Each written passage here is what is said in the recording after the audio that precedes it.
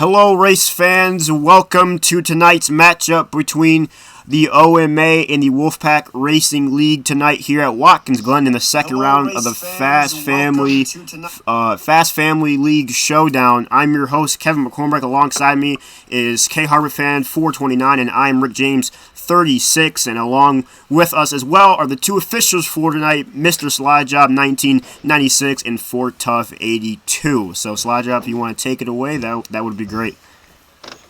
Absolutely, yeah. We opened it up yesterday at this very same track, Watkins Glen, to start round two, and boy, it was a good one. If you did not watch that one, fantastic race. They definitely showed all of us how it's done in a road course, so definitely check that out. But yeah, we are now at our second race of 10 in the round of two. Let's give you guys a tournament update. So last night it was the ENEA versus above average NASCAR Heat Friends, and they were at Watkins Glen, like I mentioned. It ended up being ENEA taking the victory 333 to 311. 22-point differential there, close battle. Shout out to ENEA Shotgun getting maximum points for his team, winning both stages and the race, becoming, I believe, the 7th driver to do so in the tournament. So nice job to him.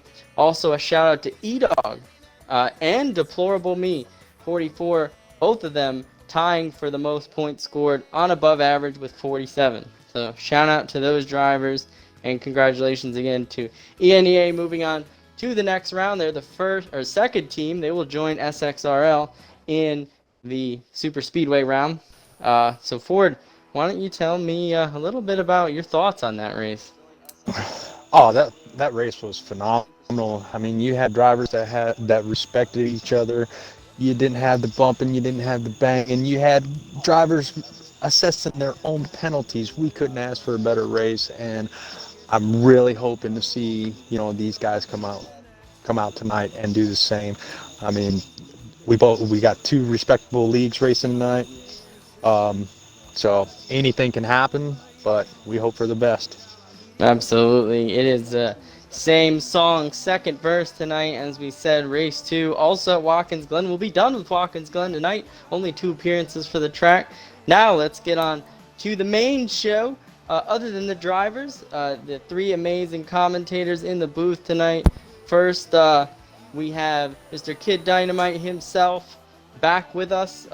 Kid, what are you excited about for tonight and your first race in the road course round with us? I'm really excited. This should definitely be a very fun track to watch, especially since it is a road course. It's different than any other track that we will have in this tournament. So this should be, out of all the road courses that we have, I feel like this is probably one of the easiest ones. So the guys are familiar with the track to some degree. Not a lot of elevation changes, which seems to be kind of a big factor in NASCAR Heat, is the elevation changes. So this should be a very fun and fast race, and it should be very competitive.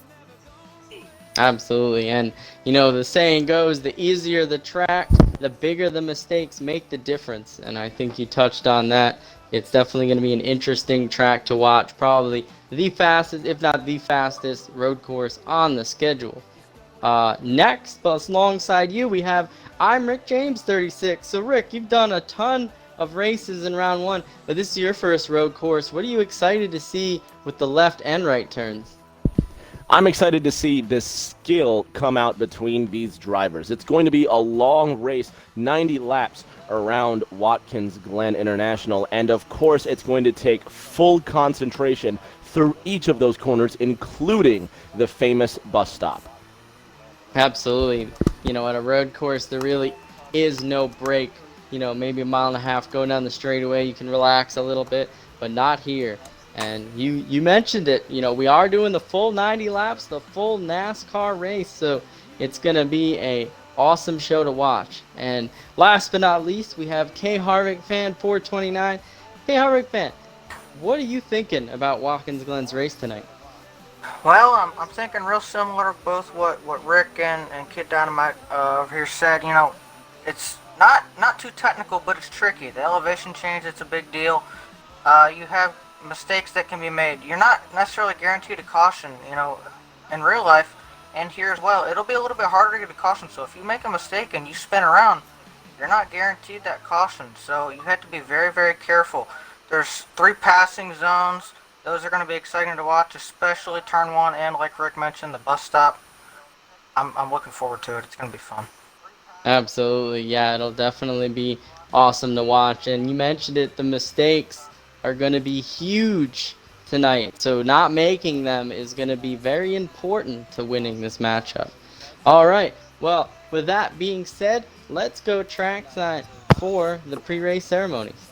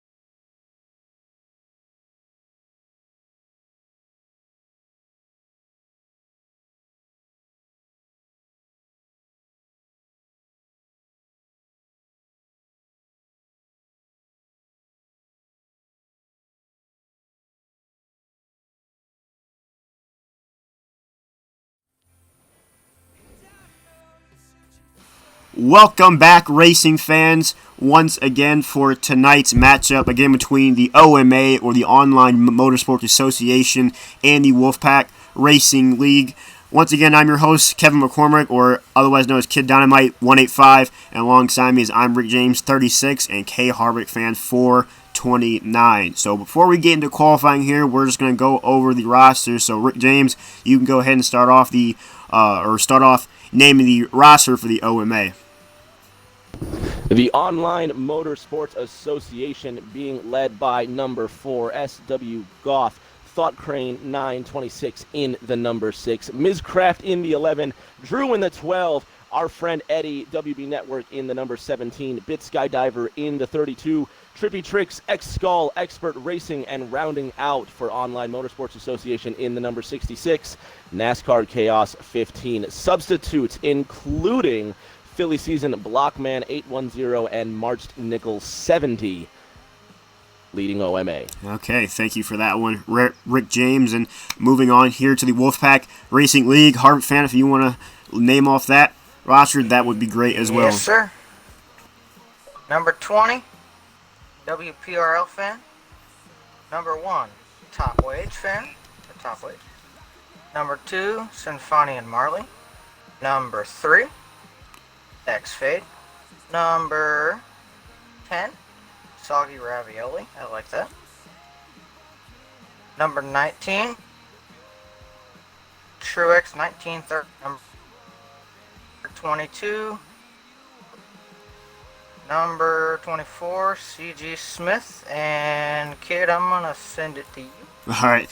So finishing off the roster for the Wolfpack Racing League in the 34, it's Daddy Goat 33, and then in that 43 Chevy Camaro, it's way too fast for you 43. And moving on to the substitutes in that 18 Toyota Camry, it's Rowdy X Raptor. Wonder who he likes in NASCAR. And then in the 21, it's Little Wing, and then in the 88, it's Eat My Eats 7039. That's a funky one right there. Eat My Eats. But well, yeah, guys, this should definitely be a fun race as we're still waiting for qualifying here. But what, Rick James, what do you expect to see from tonight's race?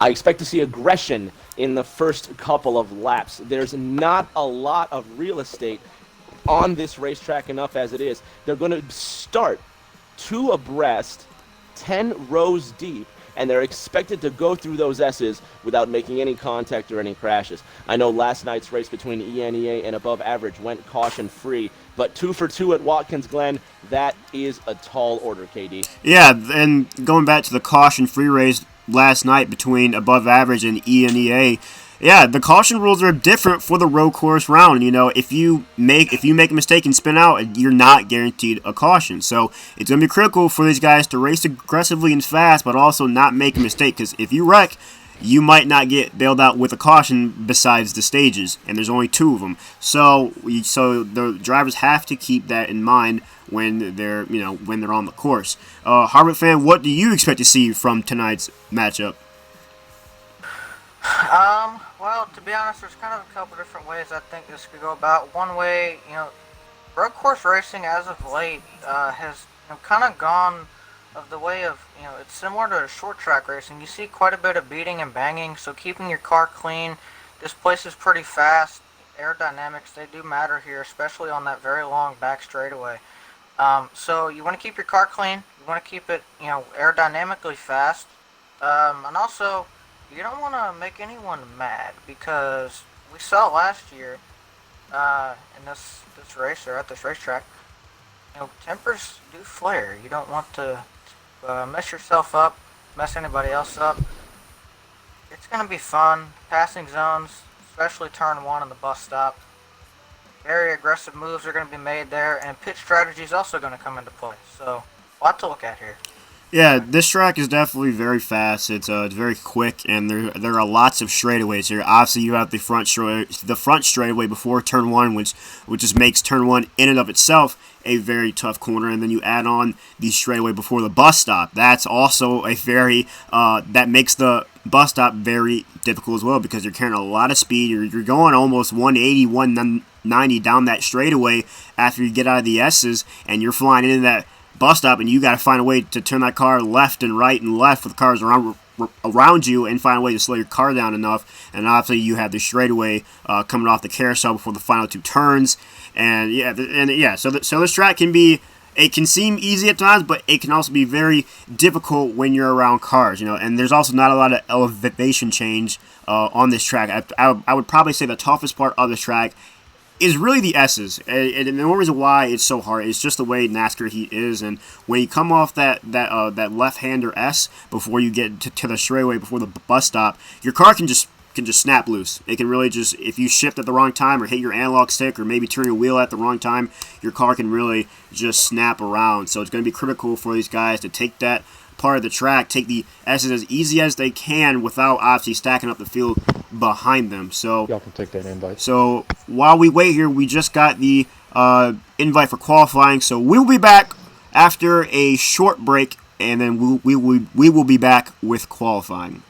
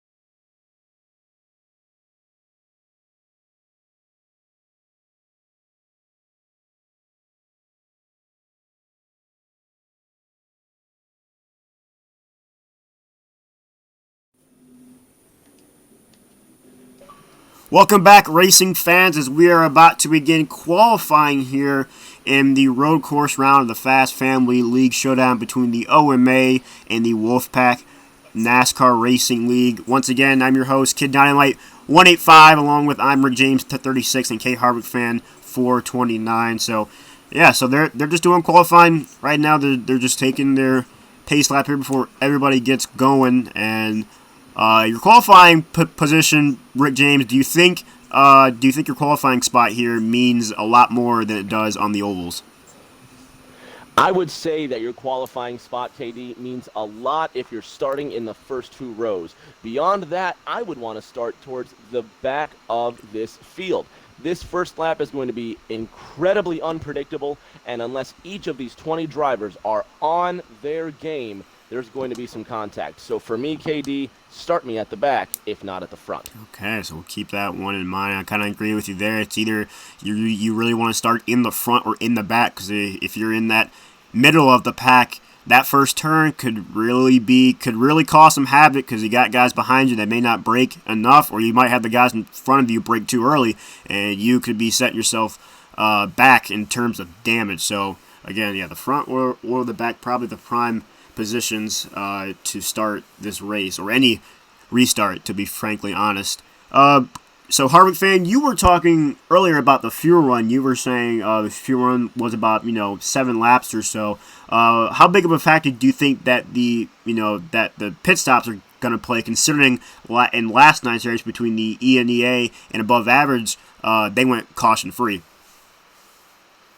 I think it's going to be a big deal. First, you can't speed on pit road. That's 15 extra seconds that you don't want to be spending in the pits. That's costly, especially here where you mentioned, cautions aren't always guaranteed. But also, this is one of those racetracks that even with the presets, obviously you hear a lot about it with custom setups. We're on presets here. This is one of those tracks, it's much easier to save fuel than most other places by using your gears. There's going to be if you stay in a higher gear in corners where you maybe would go to second, you stay in third or even fourth. That's a way to save fuel. You run those lower RPMs through there. That'll conserve fuel, and sometimes you can get laps out of it, and then can stretch your runs. I don't have the official number on that. I'm working on it. But, these guys can cut out a pit stop. That's something that you will have to keep an eye on. Yeah, each stage, or at least stages 1 and 2, are around 20ish laps. Don't know the exact amount, because we are doing 100% race length for today's race. So the stages are gonna be about 20 to 25 laps or so, and then obviously you got the big old stage 3, which is more around 40ish laps. So yeah, any way that you can cut out a pit stop in the first 2 stages or so, or maybe change up your strategy for stage 3, is going to be critical down the stretch. So we will definitely keep an eye on how pit stops will be, especially since, as we said, last night's race went caution free, and obviously if the race goes caution free, your pit strategy becomes a lot more easier to kind of tame, because you're like, okay, I have to pit on this lap, and then I can pit on this lap, and then you can kind of save fuel here and there. So yeah, it'll be very interesting for tonight's race how these drivers deal with the fuel run, and again, I think being on a shifter instead of the controller, I feel like it could be easier to save fuel. So we'll see. So we'll see what happens here. My biggest thing here is Harvick fan, again, how you're saying about the custom setups or the custom and presets. It's gonna be a lot of guys. Road courses can really be a wild one when it comes to what setup to use. Some guys like to run a more looser preset, while some guys like to run a tighter one. Personally, I like to run closer to setup 1 when it comes to the road courses, just because of the wheel spin here. I'm not sure about either you two, Rick James or Harvick fan, but personally, I like a tighter car when it comes to the road courses. KD, I agree 100%. I think a tight car is going to be wildly important when these drivers are going to be freeing up their car. You see the 3 of Xcade just nailing that bus stop. We're going to have to see what also happens with the corner cutting.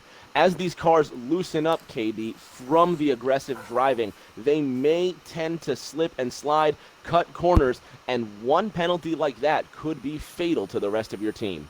Yeah, as these tires start to wear here. Your car gets really loose, especially coming out of the turn, especially in those higher gears with the higher RPM or whatever. That wheel spin can be very critical, especially coming out of turn 1, because some guys like to use that rumble strip and kind of runoff area to kind of boost their speed and improve their lap times. But the cost of that is that if you don't hit it right, you could get some wheel spin, and then if your tires are worn, you could find yourself spinning to the inside. And then there's also a product of that coming out of the second to last turn here. If you go off in that runoff area, your car can get really unstable. So it's going to be critical here for these guys when their car starts to get loose. They're going to have to find a way to not make mistakes. Sometimes when it comes to road courses in NASCAR heat, slower is faster. At least that's what I say. Sometimes being taking the course more cautiously can actually make you faster and have you gain ground on the car in front of you than if you're sending it in every corner thinking that you're going to gain speed when really you're just slowing yourself down because your tires are dragging across the ground. You're in your dirt track in every corner and all of that. So yeah, I'm very interested to see, Harvick fan, how this race plays out. Do you think this is going to be another caution-free race, or do you think that we're going to see a few more cautions in tonight's race? I have the anticipation. I think we'll probably get 1 or 2 cautions. Just because if you studied last night, if you watched last night's race, you kind of have a general idea of how this race might play out. You might see a few more guys will be a little bit they're pretty closely ranked coming into this. So aggression level is going to be there. You want to move on. At the end of the night, somebody's going home and somebody's moving on. That's the big deal at the end of this thing. You have to get everything you can at the end of every stage. So, and I think especially early on in this race, you're going to see a lot of aggression because once everybody gets spread out, it's going to be harder to pass. So get all the positions you can while everybody is right there. Qualifying is finished. If you'd like, I can take you guys for a ride around. Yes. We might have time for one lap. We would love it. So yeah, on board here with Slide Jump for to give us a view of the track. Absolutely. So we're going to give you about a lap and a half here. We're going to come into the most tricky section of the racetrack, the bus stop. Gotta drop a gear here. Make sure you don't get 4 tires in the grass, left and right. Then we get into the fastest turn of the track, the carousel, a big sweeping right-hander. You can use this left side of the track there. That is inbounds. Down the chute, we're going to drop into turn 6. A little left-hander there. Drop a gear there. Keep it in third. Drop another one into the final turn and come out onto the major straightaway.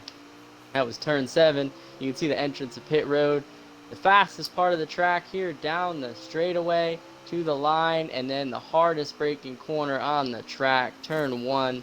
Want to make sure you get down there, not slide off the track. You can use the other side of that rumble strip, but it's still in bounds, but not preferable. And then up through the S's there. Definitely a dangerous part of the track.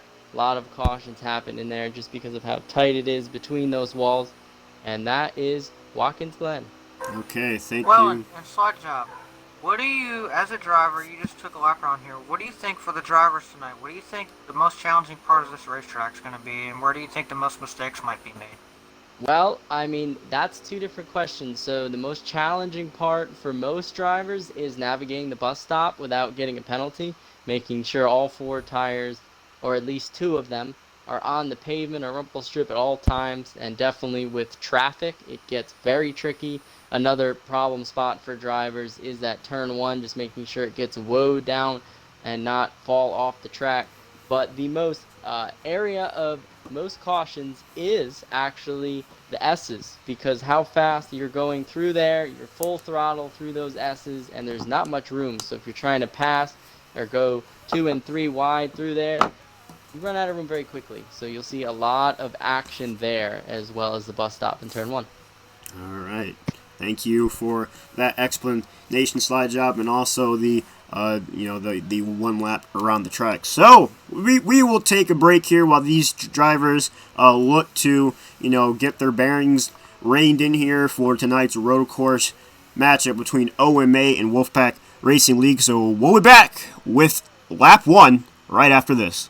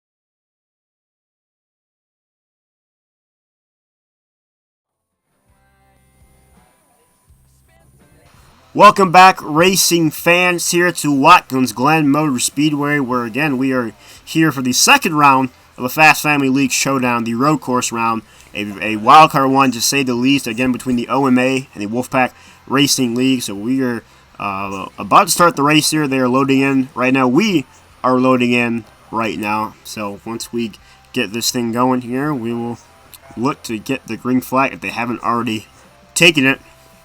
Hopefully we're kind of, in sync with them, so we'll see what happens once NASCAR Heat decides they wants to load us in. As usual. This game taking a long time to load, but that's just the beauty of it. So here they come into the restart zone. Green flag in the air. We are green here at Watkins Glen Motor Speedway. The 32-bit Skydiver 4424 coming into turn 1 with the 6 car at his inside as they come off this first turn into the runoff. He goes. He will lead the field into the S's part here. The 6 car behind him, the 11 car sitting behind him, and the 12 car also sitting there in 4th. KD straight away, the top 4 being held by OMA, Bit Skydiver in the 32, Thought Crane in the 6, Oscar Meyer car behind him, Mizcraft in the 11 and in the 12, it's Drew.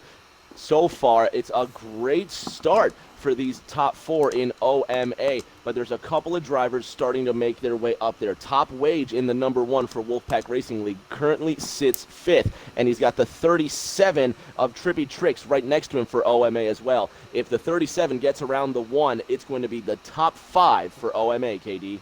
Okay, so we'll keep that in mind. So, it's still very early in the stage. You don't want to, do anything, stupid here and screw your team over because you got a lot of time, a lot of race left. Obviously, when it comes down to it, every point counts. But at the same time, you don't want to be too aggressive and lose out on any points at all because you decided to, to do something stupid and you end up wrecking yourself. But so far, pretty tame. Most guys just taking easy, a lot of single file racing here. The 32 is starting to get a little bit of a gap now. He's starting to pull away from that 11 car of It's Miscraft. He actually pulled into second in front of the 6 car.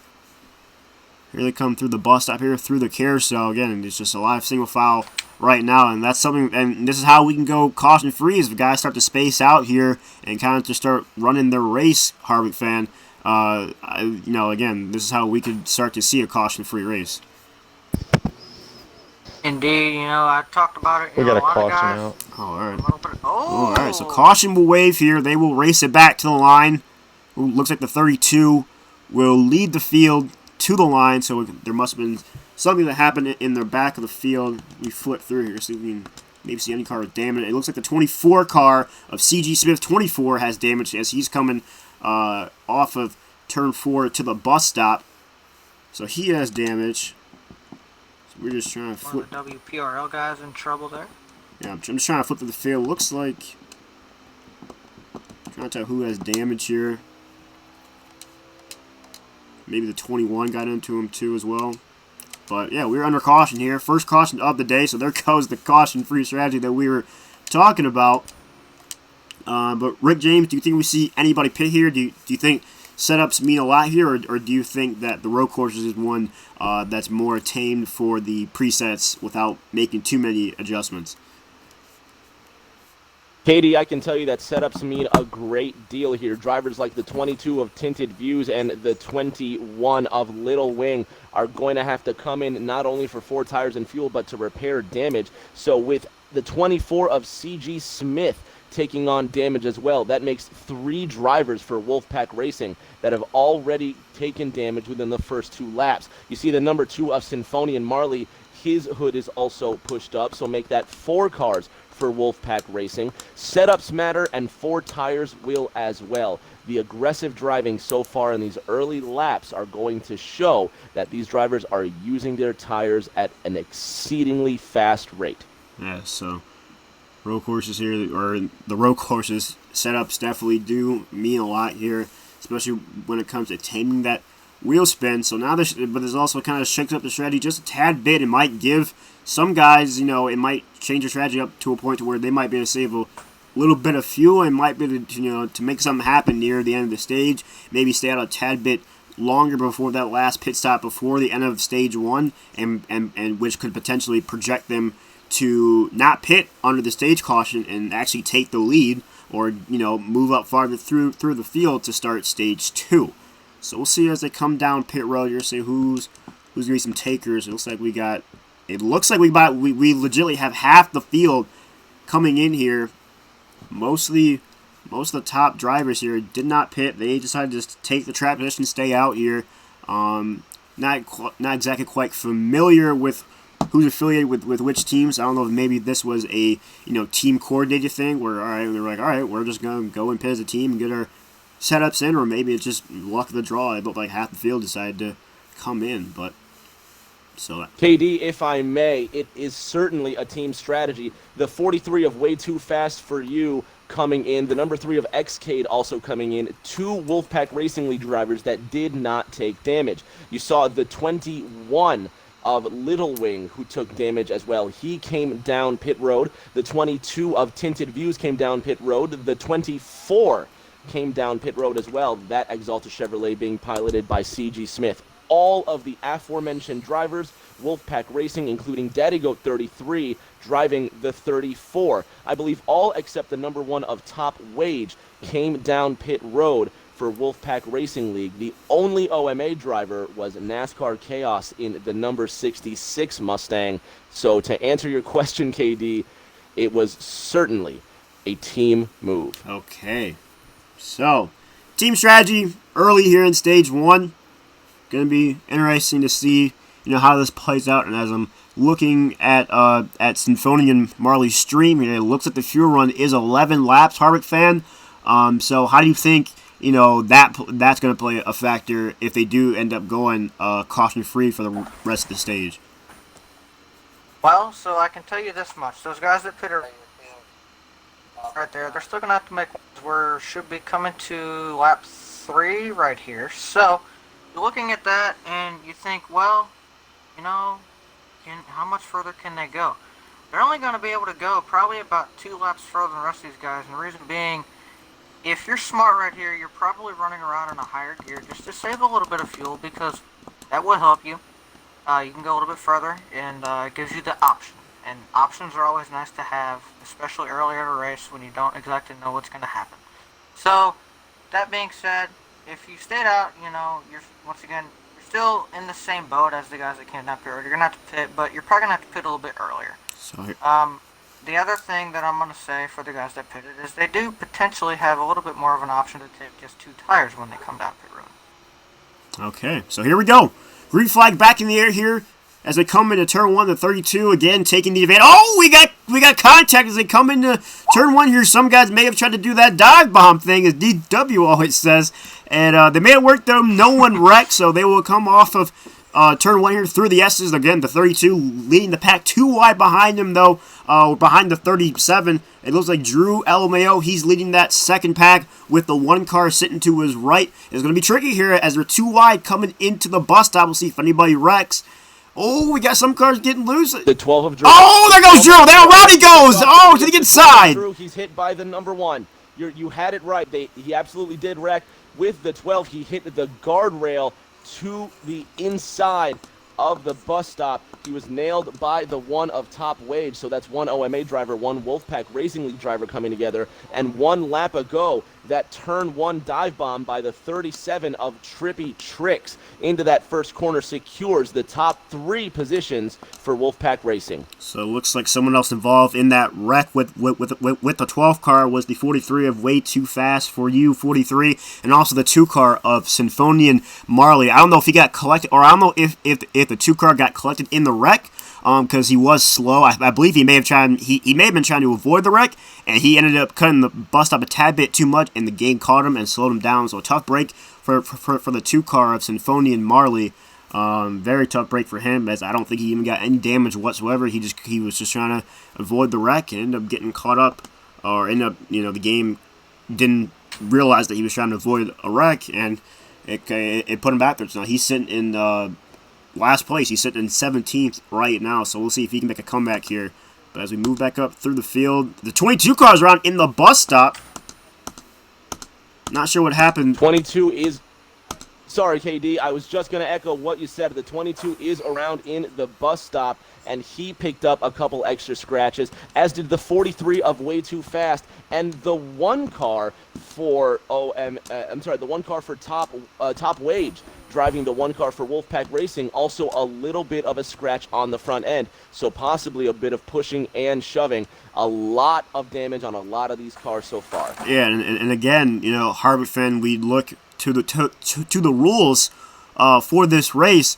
If you just spin out, that's not necessarily a caution. Even if you do make contact with another car, the caution rules aren't the same. So if you make a mistake now, it could really set you back, because you can't get bailed out by that caution. Oh, and indeed, and especially if you obtain damage like I believe the 12 did, that's going to cost you not only just the time that you lost from wrecking, but also it's going to make your car slower. It's going to cost you even more time. They still do have to pit, but that's going to be even more time if you choose to fix that damage that he's going to take on pit road to fix it. Now, it is still early. You are still guaranteed at least 2 more cautions just based on the stages. But, that's putting you further back in the pack on that restart, it's putting you in traffic. Unless you can come up with something really crafty to try to leapfrog a lot of guys on pit road, which is going to be pretty hard to do for how far back in the field he is after that. But, I mean, it's not impossible. So, but yeah, it does hurt a lot. He's probably not too happy either. Yeah, again, looking back to that, to the damage aspect, one thing I do believe, at least in my experience racing NASCAR heat, one thing that I've experienced at least is that sometimes having that damage isn't too big of a factor. If it's not a lot of damage, you can still kind of wheel that thing around due to the fact that that you have to brake for corners and all that stuff. You can kind of make up time and make up for that damage by maybe running a car a little bit harder than you would with not having any damage at all. But it could be different for everybody else, depending on their setup and what preset they're running and all of that here. But as we look coming off of the last turn 7, the 32 still leading this field by a good margin over the 11 car here, and we've had a good number of wrecks so far, but just could not have enough to bring out the caution. So as they're nearing the end of the through run here, or they're about halfway through. Some guys have about 5 to 7 laps left, so we should be seeing green flag pit stop starting up here soon. But so far, it's actually been more of a hectic race than I thought it would. Rick James. It's a hectic race so far, with 4 out of the top 5 positions being held by OMA. Now, as the number 1 of Top Wage gets into 3rd place, he is in front of the 12 of Drew headed into that bus stop. Now you see in the 20 car WPRL fan, he is now sandwiching the 12 with the 1 of Top Wage. So Wolfpack Racing, a comeback almost, as a lot of the OMA drivers who did not pit are on worn tires now with 12 laps remaining in the stage. But there's going to be strategy afoot. If the rest of the stage goes green, the OMA drivers can make it to the end on fuel. The Wolfpack drivers that did pit will need 1 more pit stop with about 5 laps remaining. So it's up in the air if it goes green. Heavy contact between the 12 and the 1 out of the final corner. These two have been dueling for laps and laps with extended contact. We'll see if Race Control has anything to say, KD. Yeah, there's a lot of contact coming off that last turn. The 12 car ran it into the back of the 1 right there, and they got off in the grass a tad bit. So we'll see. We will keep an eye. We will stay on board with this battle right here between the 12 and the 1. And as they battle, it's allowing the cars behind him to catch up. The 66 is sitting there right behind him, sitting 3rd in line. And the 12 car, Drew, goes off the racetrack. He goes into the dirt, can't get off. The 66 takes advantage. He will overtake Drew as they come into the bus stop here. Bad mistake from Drew. It's getting bad, or it's going from bad to worse for that 12 machine as he did get caught up in a wreck at the beginning of the green flag run, so he might have some damage on that 12 Mustang, which is maybe why we're seeing him kind of go off the course a tad bit. Very uncharacteristic like of Drew, as he's usually on point when it comes to staying on the racetrack and all that stuff. As the 66 goes way off the racetrack there, he might lose some time to the 12 car here. But yeah, that 12 machine, he might have some damage on him, Harvick fan. Oh, indeed, and I'm sure it seems like the 1 and the 12, both of you elaborated on it, they've been beating the dog. Oh, the 66! 66 is around off of turn 1. Not sure if that was a product of him having some wheel spin. I believe he just kind of came off turn 1 and was slowing his car down. He may have gotten into Drew again and given Drew some more damage. And if that's the case, that 12 car, man, he is probably fuming inside of that Mustang, because he has really just been the product of bad luck so far here in stage 1. But again, no caution here. Indeed. KD, I think that's more the product of worn tires. The 1 of Top Wage, who also didn't pit, you see he takes his corner wide and ginger as well, having to wiggle it into line, as does the 12. don't forget, these drivers have yet to pit, and those left fronts must be screaming for mercy, and those drivers must be screaming for fresh tires. Slowing their way down, it looks like the one of top wage is finally coming down pit road, and I don't think anyone's going to take anything except for tires and fuel. Keep your eye on that 12 car, Harvey. He still has yet to pit, and he's already out of shape. Yeah, it looks like, Harvey fan, it looks like as we flip through the field here, the 11 cars come down pit road along with the 1 car. So, I don't expect anybody to take anything other than 4 tires and fuel. I'd be very surprised to see anybody take, 2 tires or no tires at all, especially with that left front being so burnt, or so worn, I should say. But we'll see how this kind of shakes up the field. Pit entry is going to be critical here, Harvick fan, because when you're coming into pit road, you don't get the pit road speed until you're basically right at the line. So if some guys don't know what the pit road speed is, we could potentially see some speeding penalties, which could really shake up the lineup here. Indeed, and speaking of pitting, 32 down pit road, he was one of your leaders. And also, interesting call. It looks like. Oh, never mind. Okay, I misjudged it. But no, yeah. So your leader's starting to come down. I'm actually a little bit surprised that 32 stayed out as long as he did. That seemed like really a long time for only having 11 laps of fuel. I think he did a really effective job of saving fuel under that caution. He was out for, I don't know, what are we on, lap 13 right now? He was out there for a while.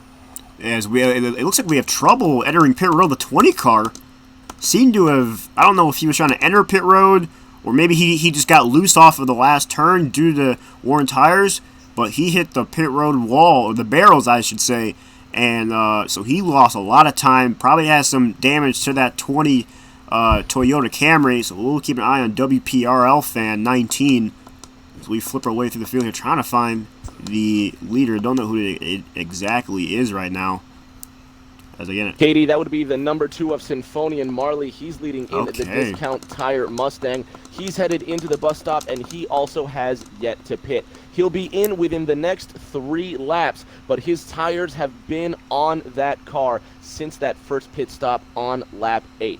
The laps are winding down. He cannot make it to the end, and he's down pit road right now. It's going to be 4 tires and fuel for Symphonian Marley. Now the 34 car about to overtake him for position. That's Daddy Goat 33, but it looks like he's also joining him down pit road. So as we had the Mass Wolfpack Racing League Exodus come down pit road, we'll see it once again in the closing laps of stage number 1. Yeah, so I'm looking on Symphonian Marley's stream, and it looks like he took 2 tires. He took 2 tires and a can and a half of fuel. So interesting strategy from the 2 car of Symphonian Marley after he had some bad luck early in the run. Ended up kind of getting pushed through the bus stop and lost a lot of time. The game forced him to stop due to cutting the track, which wasn't due to his fault, just bad luck. So he takes 2, trying to make up some time here. He sits currently in 9th. So we'll see what the 2 car can do. See if maybe he can hold that 9th position here, or potentially make up some time on the cars in front here. As it looks like the 66 car of NASCAR Chaos 15 is your leader here as he comes off of turn 7. He will come down pit road now, so we'll see what he does. Does he take 2 tires since the 2 car did? We'll keep an eye on that one. But we're getting That'd be a big Katie, risk for him. It's 6 to go this time by KD. The number 24 of C.G. Smith wrecked coming out of the first corner now as he exits the carousel. And the cracks are showing in the Wolfpack Racing League drivers. Already damaged vehicles, already worn tires, and now less than 6 laps to go in this opening stage. They should surrender to pit road now before it's too late, and stage 1 is far too gone. Yeah, and as we cycle back around here, Harvick fan, it looks like the 32 car is the leader here once again. But do you think those guys pitting right now? Harvick fan, do you expect them to stay out at the end of stage 1 to try to potentially gain some spots at the beginning of stage 2? I do not. I think with 6 laps to go right now, you look at that and you think, well, that's not that long. But then you realize, well, only have 11 laps on fuel. So when you come back to green for that start of stage 2, you're only going to have about 5 laps of fuel. You're going to have to make a second stop in that stage more than likely. I don't know the exact length of the stage, but I can tell you it will be close to the same as this of being about 20 laps. You're not going to be able to make it. Plus, you will have far more worn-out tires than these OMA guys and the other guys that do choose to pit at the end of the stage. While it is an interesting idea, and it could work out if you get an early caution and you can make your way down pit road. It would be a good gamble to try to get some track position. But if you don't get a caution or something really early in that stage where it pulls most of the field down pit road, that's going to be a lot of time lost because they're going to end up making themselves have to pit an extra stop in that stage. Yeah, good info right there as the 32 car Bit Skydiver 4424 is coming to turn 6 and 7, coming to 4 laps to go here in the stage. And since we are, as we're under 5 laps to go, there are no more cautions in the stage here. I believe that rule was still kept despite us being on a road course. So here comes the 32, taking 4 laps to go here. We do keep that rule, KD. Okay, so 4 laps to go. Cautions are off. Okay, so no more cautions out. So now, if you wreck, you really wreck now. The caution rules were already kind of contorted from the ovals, but now with no more cautions at all here to end the stage, it's going to be critical here. You don't want to make any mistakes. You don't want to push too hard and then potentially lose out on some valuable points here down the stretch. So it's really been all the 32 so far, Harvick fan. He's really been dominating this race as he might be coming up on a lap car here. Do you think he's an early pick to win this thing? I would say so. You look at the gap, him and I believe it was the 11 that was running in second place earlier, we're pretty close together. Obviously, I think the 32 had the better car. He did begin to pull away, and then after the pit stops, he's just on another level. He has a huge gap. So right now, he's definitely running the best. But I do want to elaborate on something real quick because I just thought of this. Something that you might see coming up to 3 or coming to 2 to go, depending on how close to the front you are, if you're willing to do it. Definitely, if you're further to the back, towards the back of the field, when you come to 3 to go, what you're going to want to do, more than likely, is come down pit road. Take your stop then. That could leave the door open for you to stay out at the end of the stage. That would put you in a much better situation. You're really probably going to only end up running about 2 laps on your tires. Stay out at the end of the stage. You shouldn't get lapped. This place, it takes over a minute to get around here. So, a lot of time. You have time there to make your stop, make your adjustments. That gives you the option to stay out and take some track position at the end of the stage and be in a much better spot. Yeah, I think that's definitely a good strategy, especially if you're kind of near the back. It could be valuable to pit before the end of the stage, before that 2 laps to go cutoff, because the game actually itself, it does penalize you if you end up trying to enter pit road. It will put you a lap down to start the stage, so it's going to be critical for guys that are near the back to time it right here and pit, and then stay out to start stage 2 and gain some spots. But as we move through the field here, the 2 car of Sinfonian Marley has moved his way up to 6. He came out of the pit road cycle 9th, and now he's sitting there in P6 after having a very unlucky start to the stage, and he's catching that 12 car of Drew LMAO. So he's going to have 2 more laps to do it here, so he could get some more points here, which is a very good comeback from where he started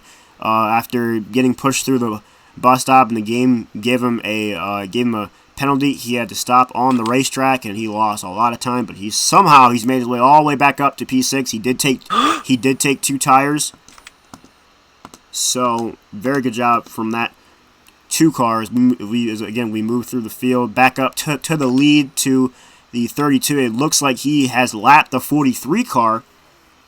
So that 32, I don't know what is under that hood, but he is flying around this track right now. The 11 car is sitting in second right now, and it's really been all 32. Looks like he will come to take the white flag here. 1 lap to go in stage 1. I will say this, though, about that 32. I was watching him, and you might have heard a gasp out of me. That was because when they were going through the bus stop and he was trying to get around that 43, he caught him in a really odd spot, which is right on the entry to the bus stop. They touched a little bit coming through the second part of that bus stop, so maybe a little bit of damage for the 32, but it definitely looked like it could have wrinkled up a fender a little bit.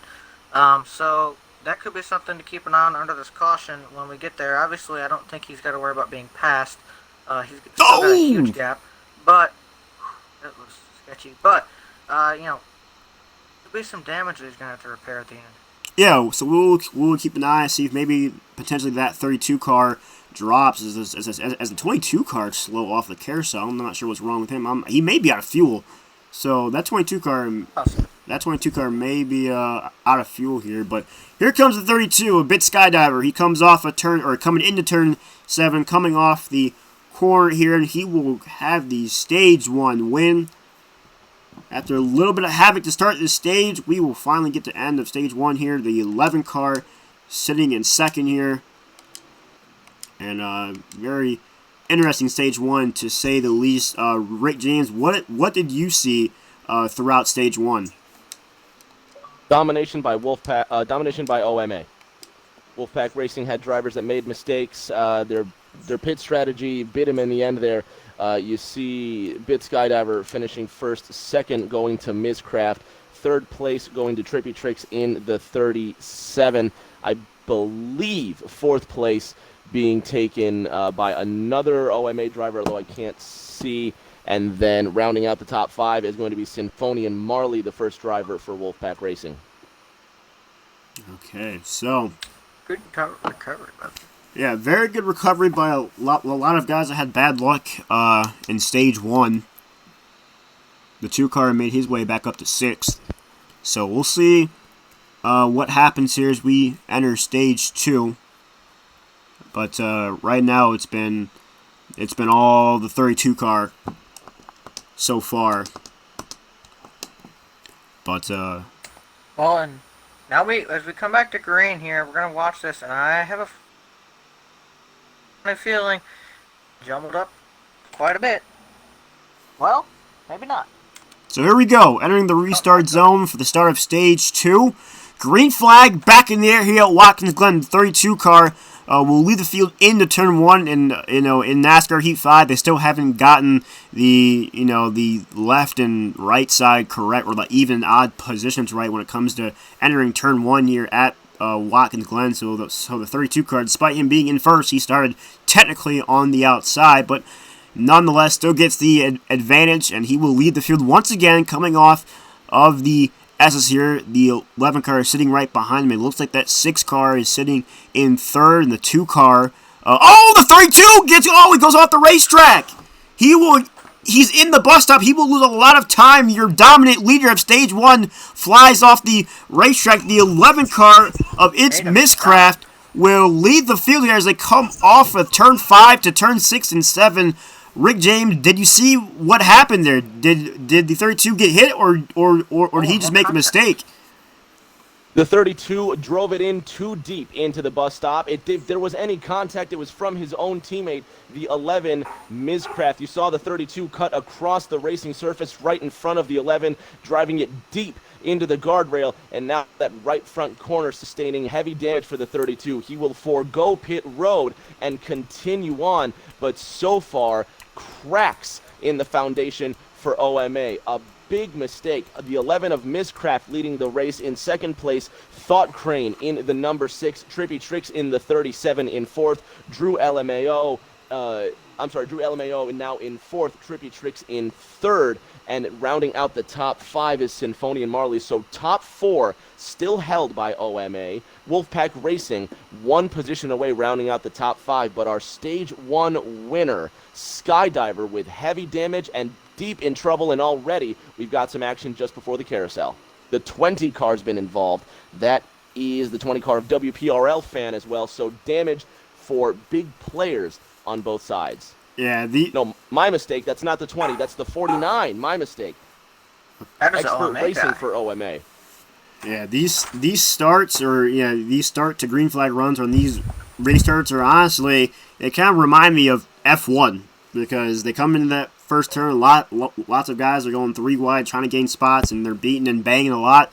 And then you got guys that kind of get screwed out and get some damage. And then after that, the field spreads out, and the only passing you got is really if someone makes a mistake, and we saw that with the 32. He was once again pulling away from the pack and just drove it in too deep. May have, I shouldn't say heard footsteps because we're driving, but he may have kind of felt those guys behind him and maybe was looking in his mirror a little bit too much and ended up missing the turn. So a tough break for the 32, but now the 11 of its miscraft can show what he can do. Let's see if he can pull away, as it looks like he's already doing that right now as he comes off of the carousel here with the 6 car right behind him of Thought Crane 926. As we go back to the 32, he's already made his way up through the field a tad bit. He's sitting coming off turn 5. Looks like he's sitting about, I would say, at about 12th or so. So he's our. The 32 is coming through the field. He's right on the inside of the 3 of X-Fade and hard contact from the 3 into the 32. 32 nearly being hit by the 24 of C.G. Smith on his way into the carousel. Now the 32 continues on. You see the 22 now going high and hitting the outside wall. That's tinted views. So far, KD, Wolfpack Racing having a terrible start to this second stage. Drivers all positions along the racetrack catching damage. Now you see the 1 car of Top Wage getting loose out of that first corner. The 10 car being driven by Soggy Ravioli hit the outside wall in turn 1 earlier. By my count, in this last lap, that's 3 Wolfpack cars alone that have succumbed to their own mistakes and damage. They have got to get it together if they want to come ahead in this second stage. And the 20 car of WPRL fan goes through the bus stop as well. 3-4 cars around right before the carousel. You saw the 43 car of Way Too Fast, and in addition to the 20 of WPRL fan, now 5 Wolfpack cars in this last lap sustaining heavy damage. Commissioner, amongst all this carnage, give us a points update. Right, if things couldn't get even more exciting, well, we're seeing something special right now. It's just the first stage. Don't count your chickens before they hatch. But I think, if it wasn't reported before, OMA is racing with 8 drivers tonight, not their full 10. They weren't able to full field 10 drivers. All 8 of those drivers got stage points, and they come to a commanding first stage, 44-11, with only 8 drivers. Wow, that a 33-point gap. 2 drivers short. Even shorthanded goals in hockey don't come this special. KD, more damage still. The 22 of tinted views, the 3 of Xcade having damage out of the first corner. What could possibly be happening with Wolfpack? Wolfpack, I really believe that they just aren't that good at road courses. I mean, this is one of the easier road courses in the circuit. They honestly got a blessing of being able to race, Watkins Glen, a course that they're familiar with. They've watched in NASCAR so many times. There's not a lot of elevation changes, but right now they just seem to be overwhelmed with this course, and that's really, and honestly, it really sucks because you're so used to racing the ovals and all that stuff, and then you get to a road course, and there are lots of people that race this game that take pride in being good at a road course, and they practice on it not every single day, but they practice at being good at the road courses because, again, this could be, what separates the good from the great leagues are the ones that can, tame a track like this, and which is why I'm glad that that the commissioners decided to throw in a road course round for the league, as we got a caution. There's a 22. He goes off the racetrack. But like I was saying, I'm glad that the commissioners decided to throw in a road course or a road course round because it really, throws in a really big kink. It kind of separates the good from the best because everybody can turn left and go fast. But I think you really get the best of the leagues in the later rounds if you see who can really ride the road courses the best. And the fact that OMA can run with 8 drivers, they're already down 2 drivers compared to Wolfpack, and they're dominating. They're up by 33 points, which if you look at the score box, and not know how many drivers they have, you would think that they have a full field, but they don't. And it's just really amazing to see that. Amazing to see indeed. Great resilience from the team. I'll turn to our race strategist, Harvick.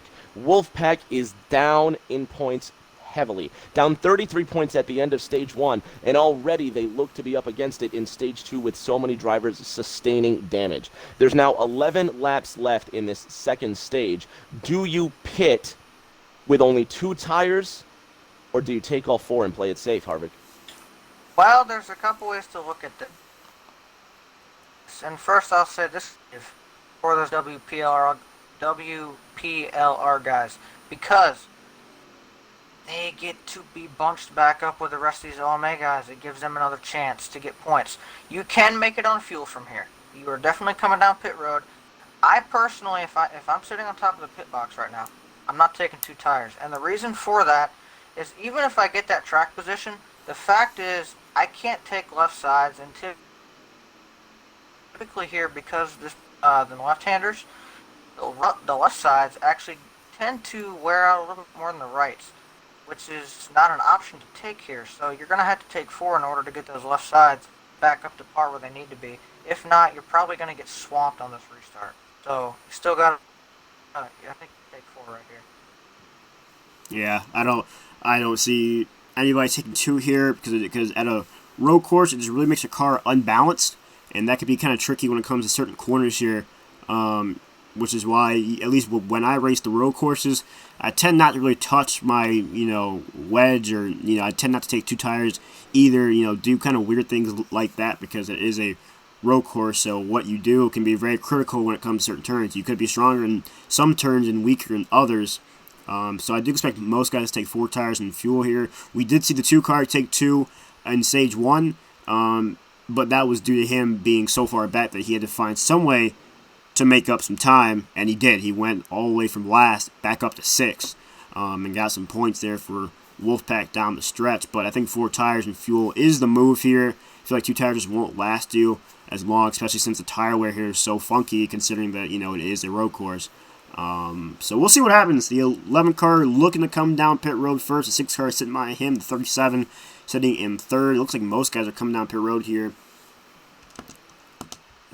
Most guys, Some of these KD, guys not are the 20 of WPRL fan, not the 22 of Tinted Views, not the 3 of Xcade. I don't know if these drivers are a lap down and have to wait their turn, but if they do stay out, note, all 3 of those drivers drive for Wolfpack Racing. But we'll see when they line back up for this restart who takes 2, who takes 4. We're going to gamble. It's now 10 laps to go in this stage. Assuming they take the green next time by, we'll have 9 to go when we restart stage 2. Okay, so 9 laps to go when they come back to take the green flag. So that's going to make things interesting here, especially for these guys that decide to... it looks like some of these guys... Yeah. It looks like at least the 20 car is getting his free pass back, or getting the free pass. So he will be back on the lead lap. 22 and the 3 car, I believe those guys are a lap down. As we flip for the field here, it's going to be an interesting restart as we are back on board with the 32. He's sitting about midway through that pack right now, so he's somewhat fought his way back up. So we'll see if maybe he can make a push here to the front.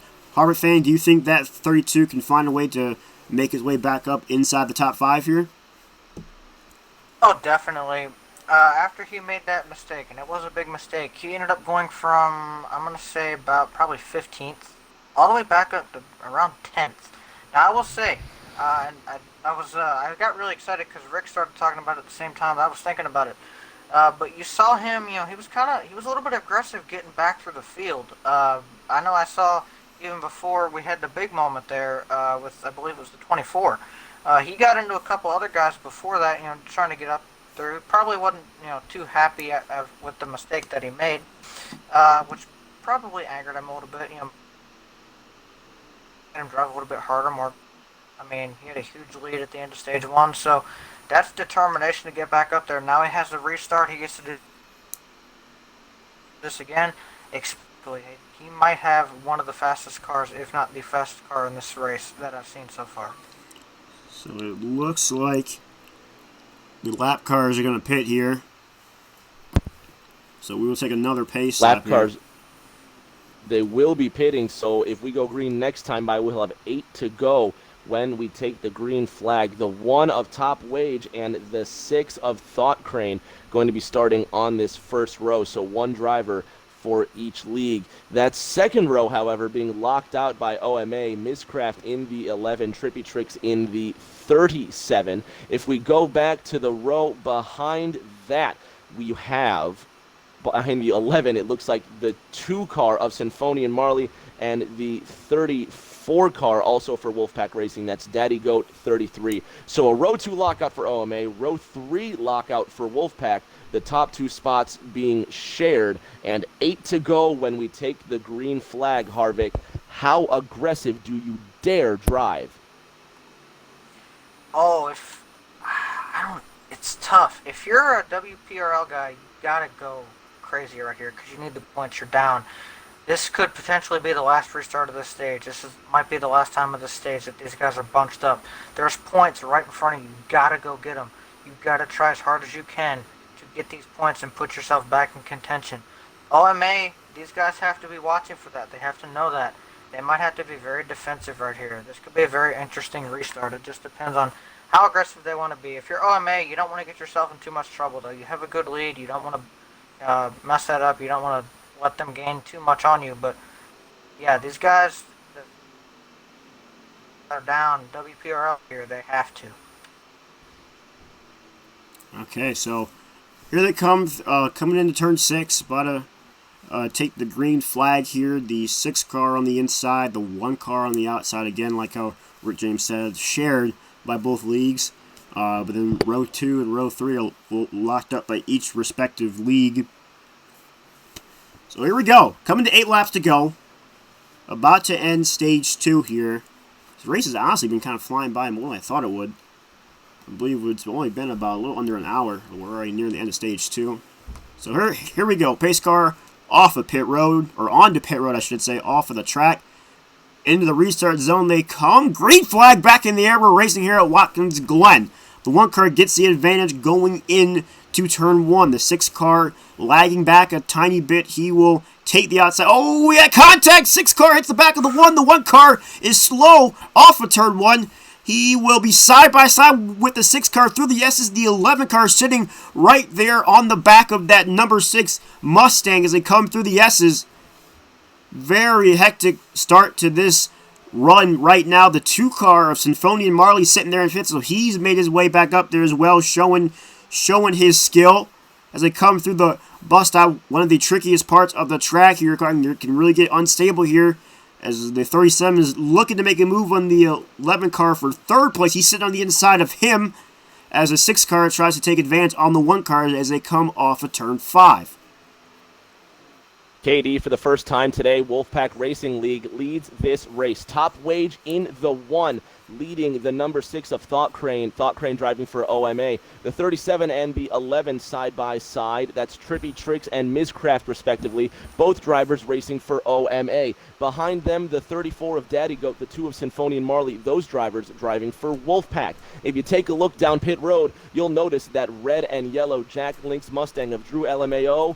He is done for the day. I don't know if it's connection. I don't know if it's some other issue, but that's another driver who is off the mark for OMA. OMA left with 7 drivers in these final 7 laps in the second stage. These points are going to be wild, and we now have a race. It's definitely something to keep an eye on. 7 drivers for OMA.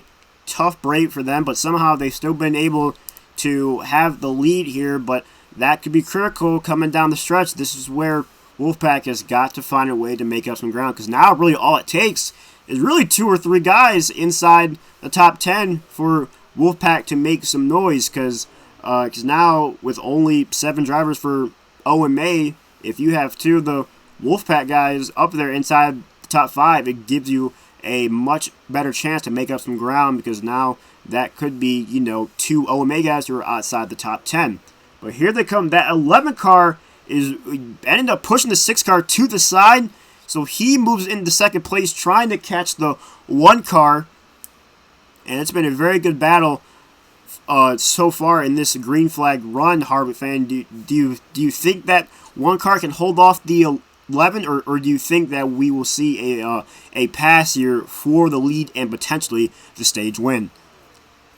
Well, we'll have to see. I'll tell you what, the one car I know for a fact he's going to fight and claw and beat and bang as hard as he possibly can, because he's a WPRL driver. He needs these points badly, especially knowing now that OMA has lost one of their competitors, and they were already kind of in a little bit of a hole with that. They're now from 8 to 7, like you mentioned.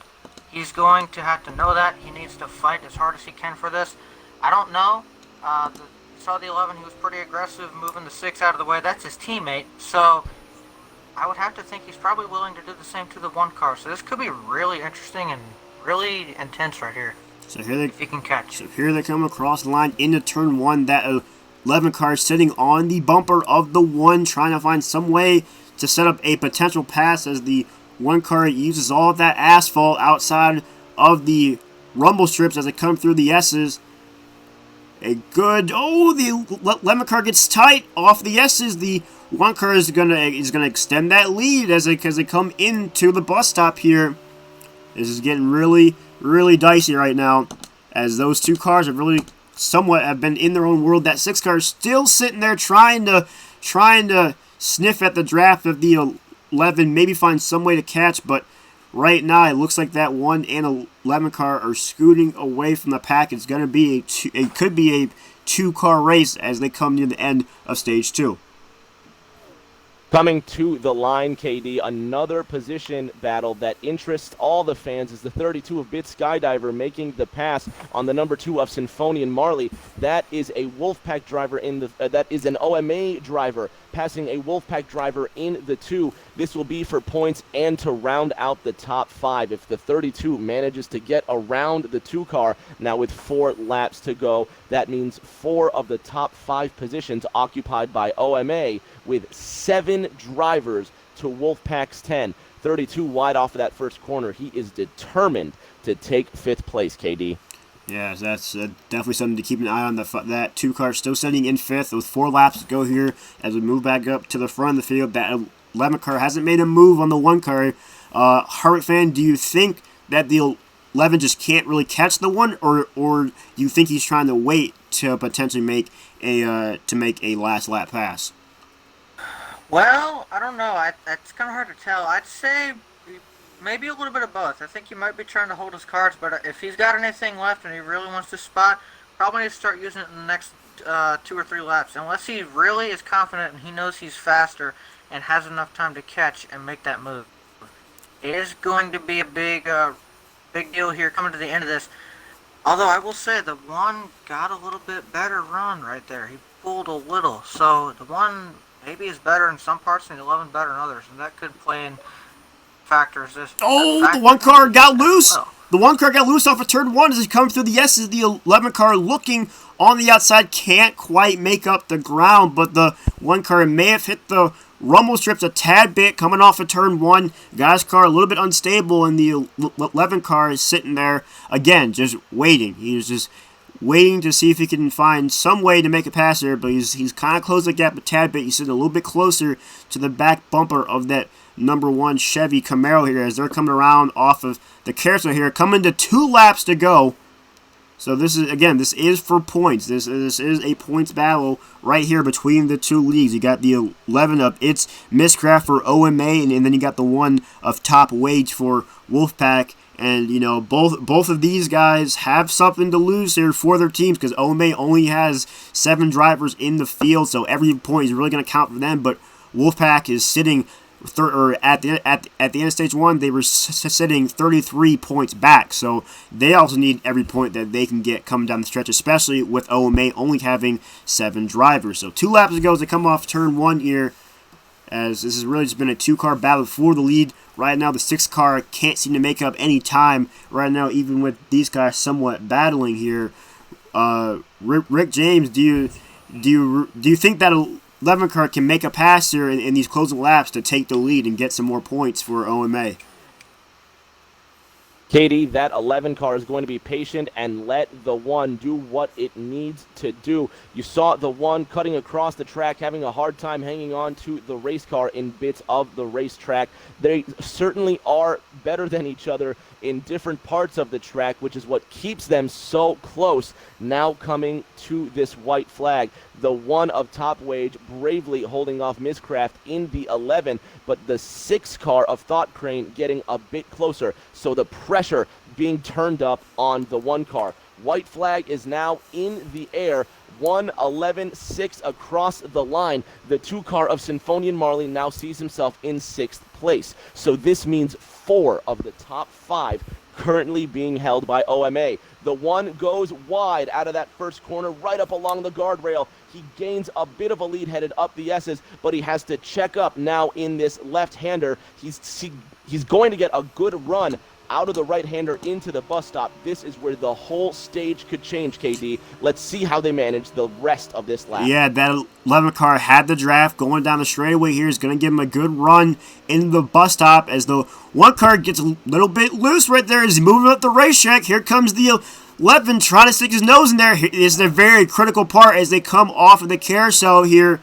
As the run. 11 car, he's sitting there. He's sitting right behind the 1. The 1 car's blocking as they come into turn 6. He's going to squeeze him. Oh, contact. The 1 car goes up the racetrack. Here comes the 11. The 11 has the advantage into turn 7. The 1 car sends it in the crossover from the 11 as they come off of turn 7. And OMA is going to get the stage to win from its Miscraft. He waited and waited and waited and finally took advantage. Got the run down the straightaway before the bus stop and was able to set up a very good move in that last turn, doing the good old-fashioned crossover move. Let the 1 car drive it in deep and just let him kind of do his thing and ended up making the pass. Very good job from its Miscraft. Very well needed points for OMA, and what a finish that was, kind of spicing it up a tad bit at the end of stage 2. KD, an exciting stage 2 finish indeed. You asked me what the 11 would do to get around the 1 at the end of the second stage, and we said that he just needed to wait, and he did. An exciting, skillful crossover move to get the win for OMA. Now we await the stage 2 points, and we are super curious to see how stage 3 will unfold. Harvick, what strategy can Wolfpack employ to move their drivers up, knowing they have a 3-car advantage over OMA?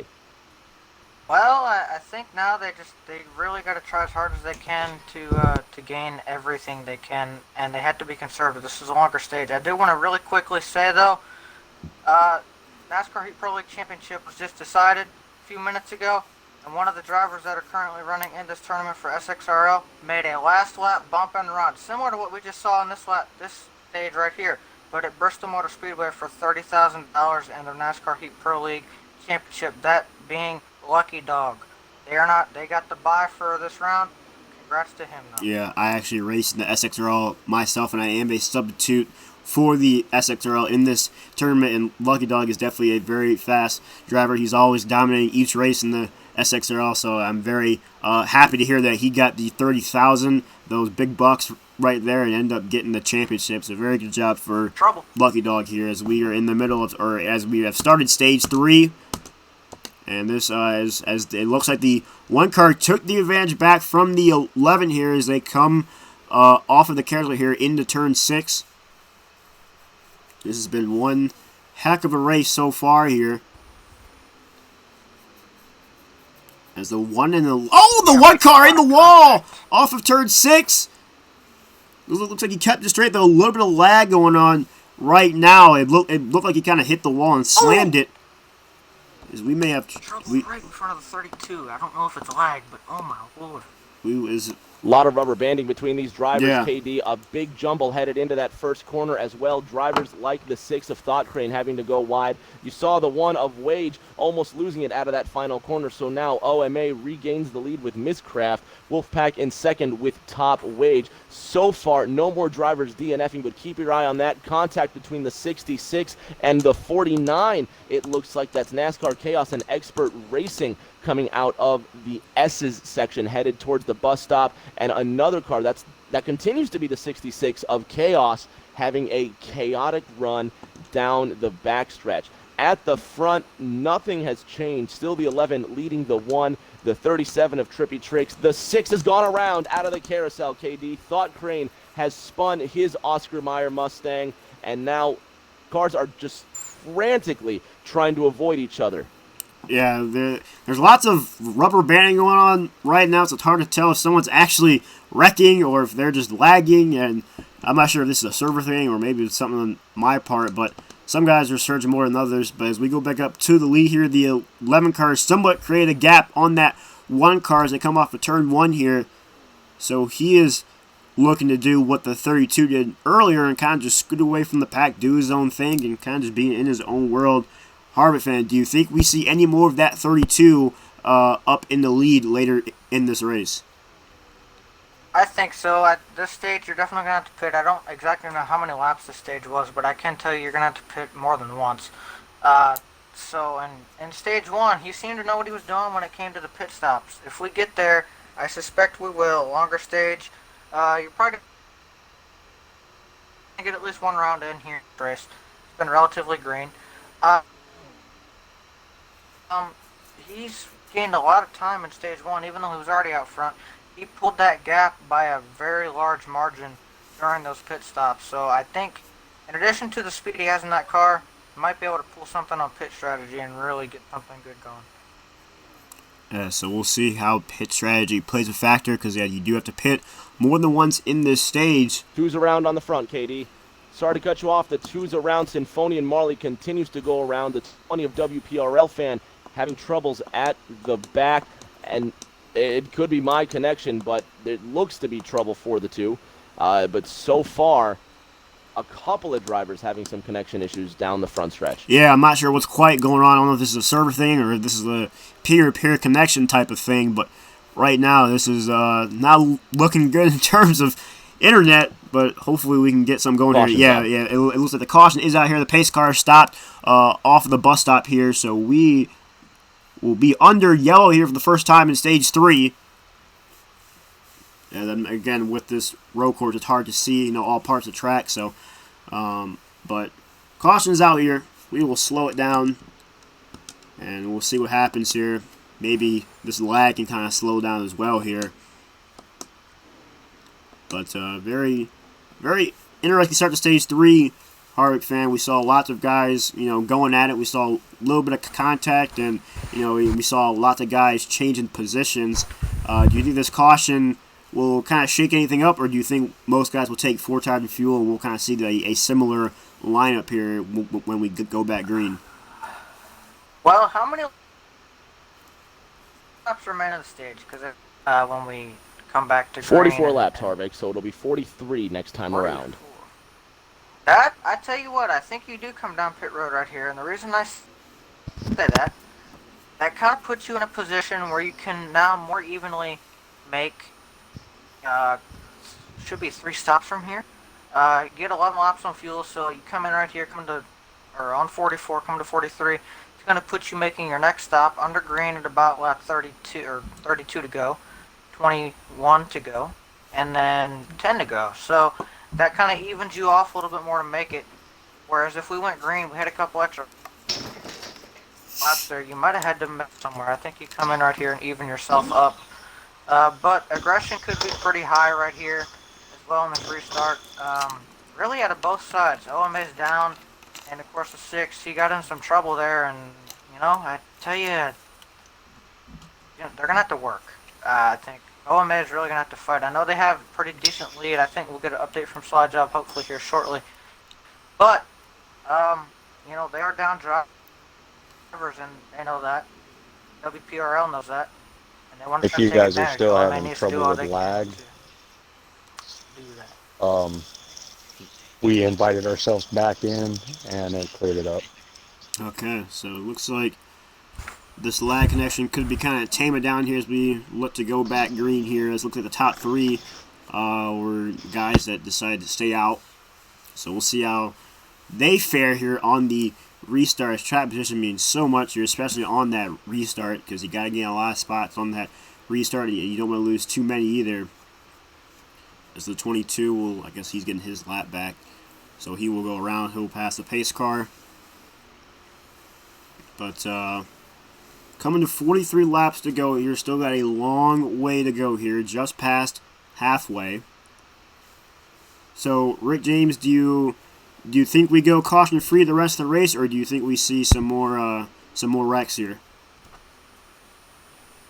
I think we're going to see some more cautions as the drivers get aggressive and the drivers tend to scramble towards the finish. 42 laps to go as they come down to the line. The one of Bit Skydiver on the the one of Top Wage on the outside of turn 1. You see the 11 car starting on the inside being driven by Mizcraft.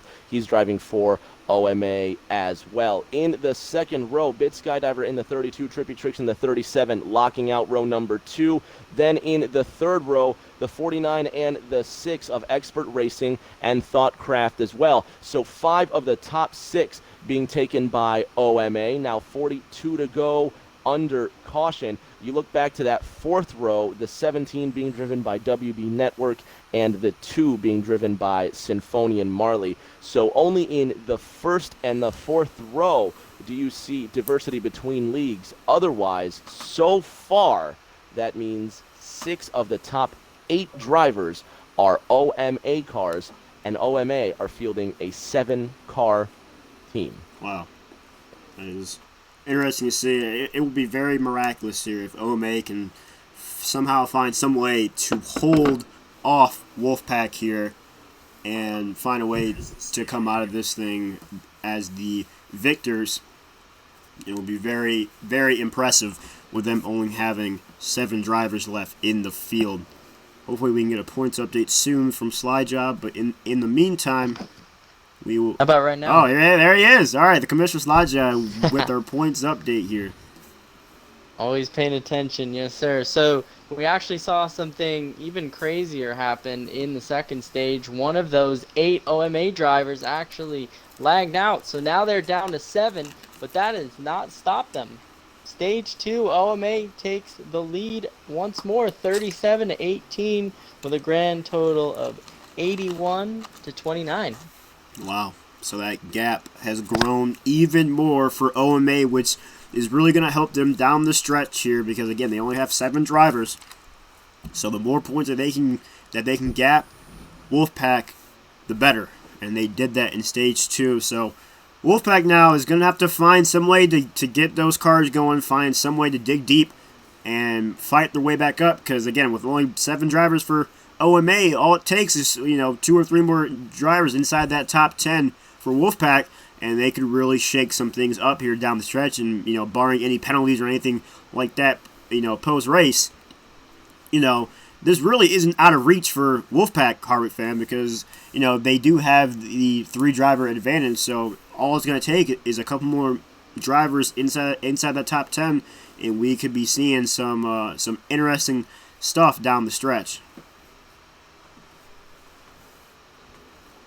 So here they come. Green flag back in the air. They're racing here at Watkins Glen. The 11 car gets the advantage going into turn 1. The 37 on his rear. The 1 car takes the side. Oh, he's on 2 wheels. The 1 car into the field. Oh, no. He's in the wall. Lots of cars. Big trouble. Lots of beating and banging. The 32 car hard the outside wall, but somehow they keep it green. Lots of lag here. Not sure if maybe there's a little beating and banging or maybe some cars actually wrecked. That 32 car is still twitching down the backstretch here, but it looked like there was going to be a huge wreck. Somehow they keep it steady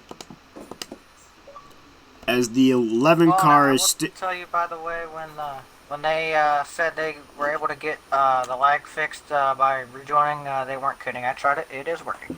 Okay, so it looks like backing out and rejoining might be the move here. So if we get another caution, I might take a break here and back out and join back in. Right now my lag seems to be okay, not as much as it was before. But if it does get bad again, if they do get a caution, I might take us to break for a tad bit and back out and come back in. But here's an invite if you need one. All right, thank you for that one, Slide Up. So we'll see. Right now the lag seems to be all right for me. as the 11 car of It's Miscraft leading the field here. A new face up there, the 37 car. He's up there. Very. It is. KD, back to this race. Trippy Tricks is in the 37, closely following behind the 11 of Miscraft. Then you have Thought Crane in the 6 car sitting in third behind him. Marley in the number 2. He's the first for Wolfpack Racing in that order. Just behind the 2 car, headed into this bus stop. As we scroll through, it looks to be the 17 of WB Network, and that's the 32 of Bit Flipper, who was all at the front for this first stage. He is, I'm sorry, not Bit Flipper, Bit Skydiver has now made his way up into this top 5 for OMA. Lots of advantages being played for OMA so far, but again, Wolfpack with that 3-car advantage as far as numbers. We'll see if there's strength in numbers, or we'll see if it comes down to the dominance from the Online Motorsports Association. Yeah, right now the Wolfpack Racing is really going to have to try to use their advantage in numbers here, like how you're saying, and find a way to, give themselves a better chance to win this matchup here. But OMA has really been dominant this race. They haven't really let up, and right now they're really scooting away with this one right now. But all it takes is one caution, and this thing could get jumbled right back up, and that's really what Wolfpack needs. Is they need a caution. They need something to bunch this field back up so that they can make some spots, because with this lopsided car advantage for them, all it's going to take, like how I've been saying, is really just 2 or 3 cars, changing up some spots, getting farther up there inside the top 10, and they could really make a surge for that lead here, because they have to find some way to break up the OMA dominance here, as I am still lagging here. So I think what I'm going to do here, we're going to take a break here, a tad break, while I back out and come back in. So we'll be back. KD, we can also go into radio mode as well if you like. Go ahead and do what you need to do. The 11 of Miscraft leading this race out of that first corner. Trippy Tricks in the 37 just behind him. Miscraft right up alongside the guardrail and up the S's, holding about a 1.5 second lead over the 37. Following closely behind in third place is going to be that number 6 car of Thought Crane. As we're scrolling through this field, action coming out of that first corner. The 49 of Expert Racing nearly clipping CG Smith along with WPRL Fan side by side up the S's down the straight. A 4-car pack headed into that bus stop comprised of the 24, 20, 49, and 10. And that's 3 drivers for Wolfpack Racing in this gaggle of cars headed into the bus stop side by side, hard on the brakes. Clouds of brown coffee-colored smoke coming up as the drivers cut through the grass. 2 and 4 wheels up in the air. 49 and 20 are on the inside guardrail of the carousel, and it just gets worse for Wolfpack Racing League. At the front of this one, Miscraft, Trippy Tricks, and then the 32 of Bit Skydiver crossing the line. The top 3 for OMA. They have a half a straightaway lead over the number 6 of Thought Crane sitting 4th. Symphony and Marley in 5th. 4th and 5th now just exiting the first corner. It's single file all the way back. We're now with the 43 car of Way Too Fast and the 3 of Xcade being followed by the 34 of Daddy Goat and now the 66 of NASCAR Chaos. Despite the damage earlier, the 66 right on the rear bumper of the 34 up the S's, finally out of the section, and another 4-car single file train down into that bus stop. WPRL Fan finally by himself as he is making his way up the left and right-hander out of the uphill S's section down the backstretch into that bus stop. We've got visuals once again.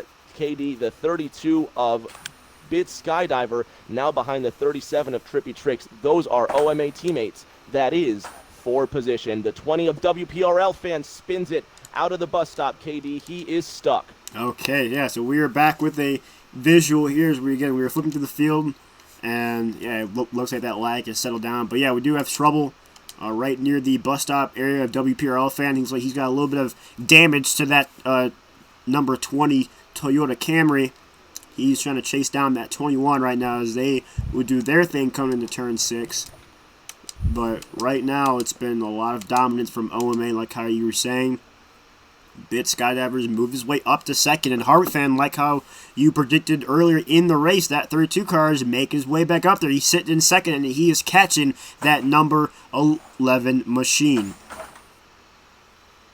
Indeed, he's had probably, I'd say, one of the fastest cars.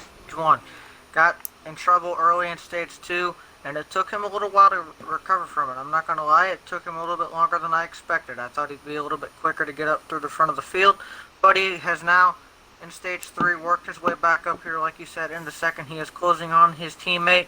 This could be a fun battle. Both these guys have been pretty aggressive all day, so what are they willing to do when they get to each other? Obviously, we still have a long way to go in this thing, over 30 laps to go. So, if you're an OMA, driver, and you're about to catch your teammate for the lead, these guys are really starting. These top two have pulled away a little bit from third place, and they're very spread out up here. It's still a gap between them, but what do you do when you get there? Yeah, I think if you're the 32, you're obviously they're in a party with each other. That being the 32 and the 11 cars. I think what you do here, if that 32 car is substantially faster than his teammate, then, a teammate thing to do would be to let him by, because obviously you don't want to race too hard and end up wrecking each other, especially with only 7 cars for your team on the grid. You definitely don't want to take each other out and lose points. So, obviously that 32 car has closed that gap by a huge margin, which, again, could be a factor since the 11 did stay out.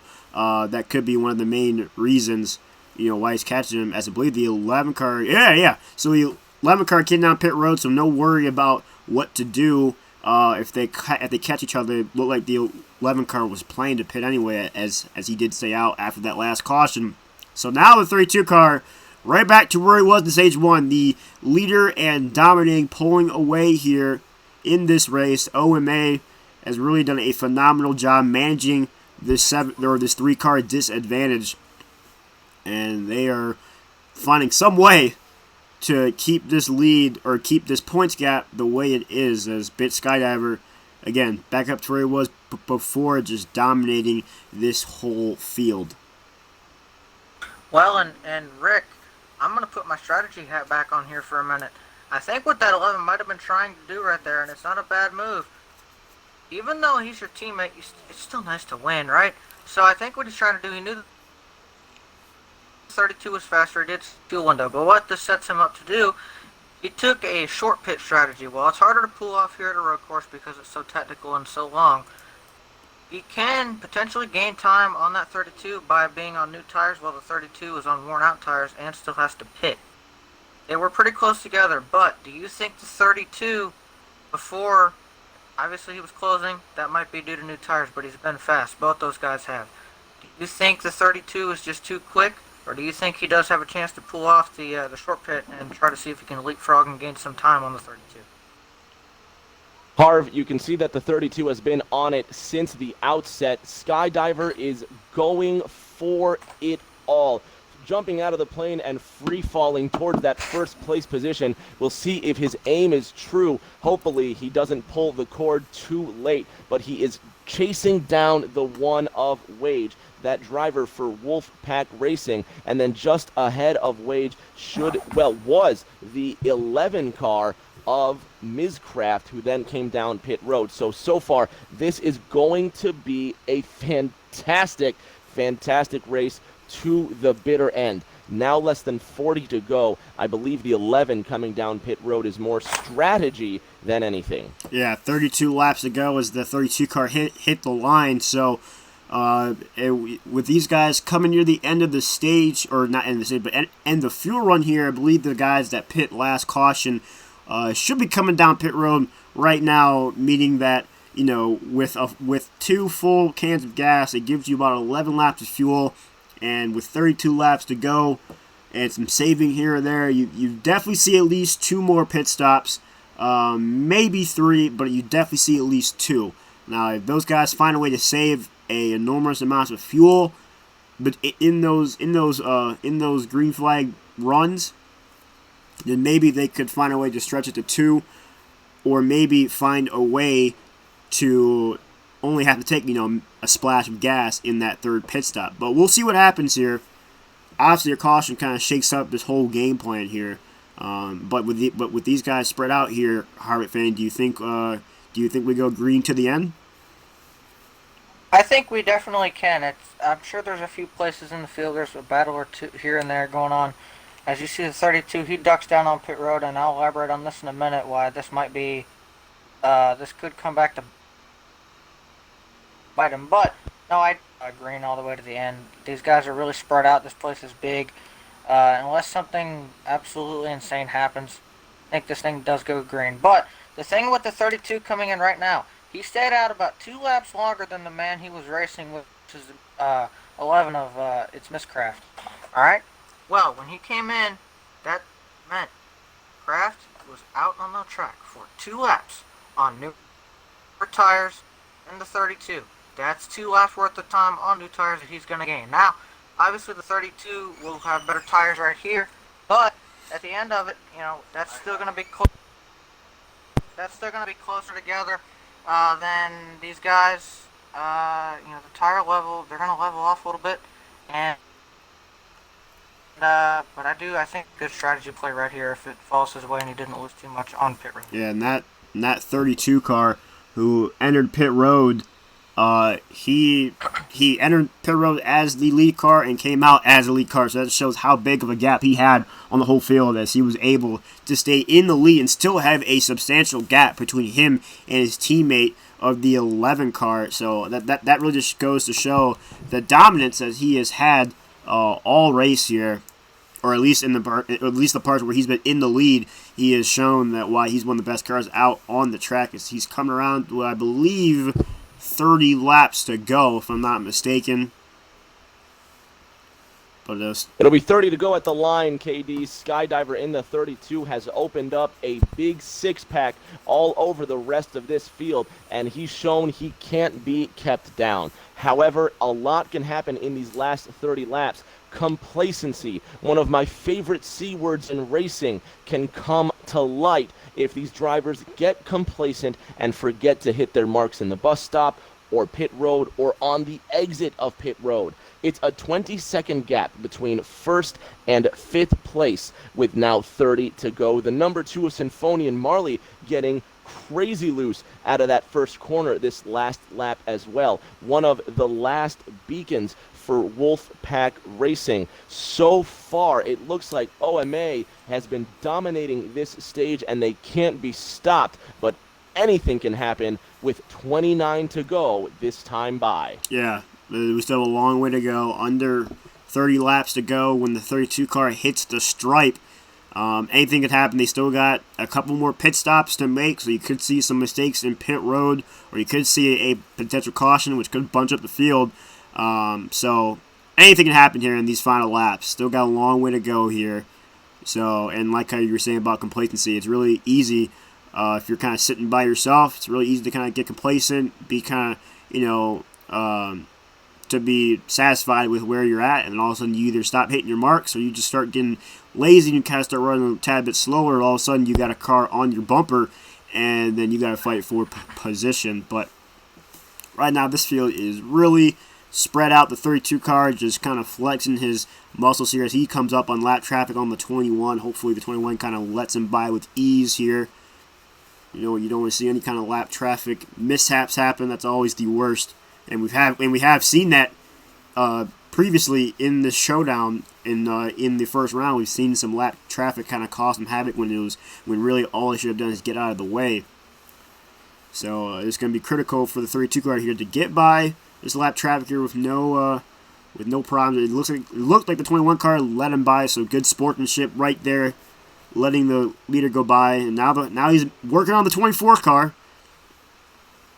Let's see how he gets by him. Remember, him and the 24 got together earlier in this race, so oh no, intentional or not, well, I don't know if the 24 was trying to let him by and ended up kind of just spinning his car, or maybe he was trying to drive it in too hard and just spun off the corner. So tough break for the 24. He was probably going to go down a lap anyway, but now that hurts him even more because now he's a lap down with damage, meaning he could go 2 laps down or even more when if he does come in and pit and tries to repair that damage. So, it's going to be critical for the 32 car here to get by this lap traffic here with no problems. It looks like the 21 car let him by, and ended up kind of just spinning his car, or maybe he was trying to drive it in too hard and just spun off the corner. So tough break for the 24. He's probably going to go down a lap anyway, but now that hurts him even more because now he's a lap down with damage, meaning he could go 2 laps down or even more when if he does come in and pit and tries to repair that damage.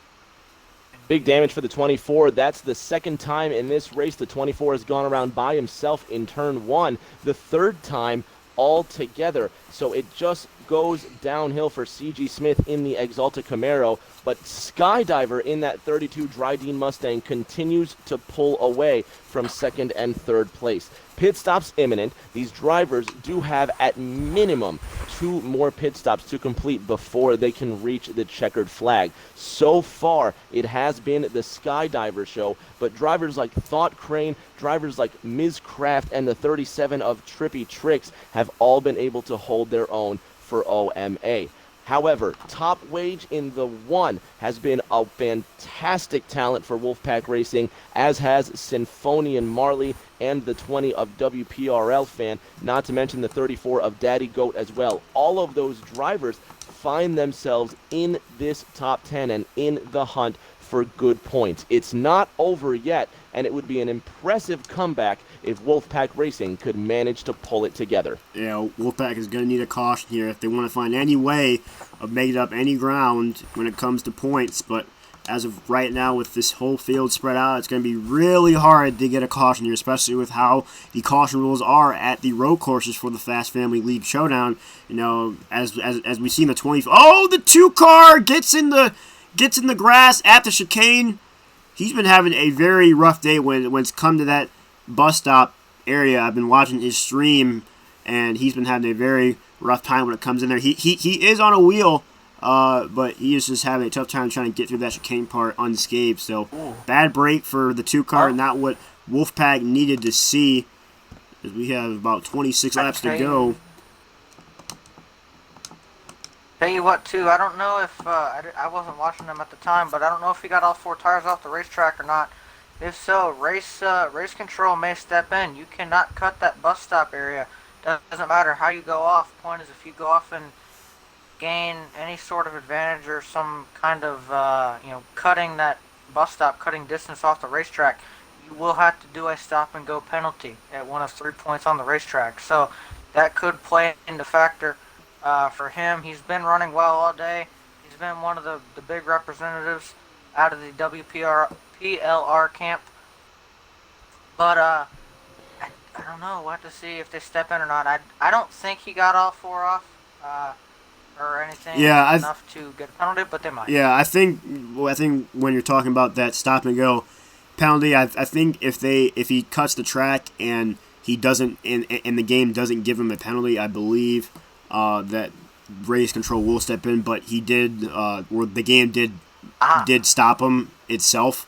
So I believe that was kind of his stop and go right there, because he did come to a complete stop. Yeah, the game gave him a penalty, so we just let it. Yeah, he got a penalty served with that. Exactly. Yeah. Okay. Yeah. So thank you for that one from race control. So the 2-car, yeah, he's been kind of doing that all day. He's been running that bus stop pretty hard, and yeah, so he will be fine as far as it comes from race control. But still, just a tough break, just a really tough race for Wolfpack in general. It's definitely a hard pill to swallow when you come in and you think that you got a good run that could be brewing, and then the race actually starts, and then everything just kind of goes down the drain as we are coming to 24 laps to go. Still a good amount of time left. Still got a couple more pit stops to make. So again, anything could happen here, but as it stands right now, it looks like this could be in the bag for OMA, but don't count your chickens before they hatch, as the old saying goes, because all it takes is one caution, and this could change everything. So, well, and the pit window should open here in about 2 laps, so expect to see cars on pit road, which could be another turning point in this race. It has been before. Yeah, because remember, Harvick, I can tell you there's already cars exiting pit road, some headed down as well.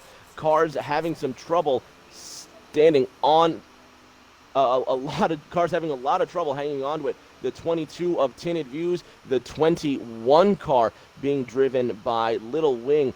Both Wolfpack Racing drivers having trouble so far. So the tires are worn. It's time to come in. You can see there's a jumble of cars exiting the bus stop, and there's contact between the 27 and the 49, the 20 and the 49 once more, Expert Racing and Wolfpack Racing League's leader, WPRL fan, coming together. That's the second time in the carousel they've come together. Daddy Goat 33 in the number 34 Mustang. He's got some damage to his front end. He's loose and slow up the S's. Calamity all around this 2.5-mile racetrack, KD. Yeah, and as you know, despite this field being spread out, with guys coming out of pit road, you're going to see faster cars come up on slower cars, and you're going to see guys trying to merge. And so this is where you could get a caution here. This is really the one area where you could see a potential yellow flag wave is when it comes to guys that are either on fresh tires trying to get around, or maybe trying to merge out of pit road, or maybe trying to come into pit road and just didn't really give much of a signal that they were going to pit. So this is really Wolfpack's only chance to maybe bunch this field back up is if they get a caution here when it comes to guys pitting and all that stuff. So with this fuel cycle running around here, they're going to have about one or two more shots to potentially get that caution in terms of when guys come out and merge and all that other stuff. But right now, that 32 car is really just pulling away, just in his own world right now. No cars in sight. It looks like he has almost a whole straightaway on the car behind him, which is really impressive. KD, he's got a half-lap lead over the number 2 of Symphony and Marley, who currently sits in 5th place. If you look down pit road, we've got another driver down and stuck in pit road. The 49 of Expert Racing has now retired for OMA, so that leaves 6 drivers for OMA to Wolfpack's 10 in these closing 20 laps. This is where they need a caution. This now, with only 6 cars for OMA, they are running on fumes in terms of numbers, and now every point for them is gonna be critical coming down the stretch. And oh boy, this is gonna get very interesting here, especially if we get a caution. Oh man, we will see. Well, but I'll say. I'll say something though. I'll say this: if you came down pit road on lap 24 or 23, or 23 to go, there is a concern for you, and I believe a few of those cars were WPLR cars. Thing is, you only get 11 laps of fuel. If you pit at lap 22 and you can get to, 22 to go and you can get to 11 to go, you are good on 2 stops at that point. However, if you pit before that, you're not good. Because if you're pitting early there, that means more than likely you're going to have to pit early on the next run as well.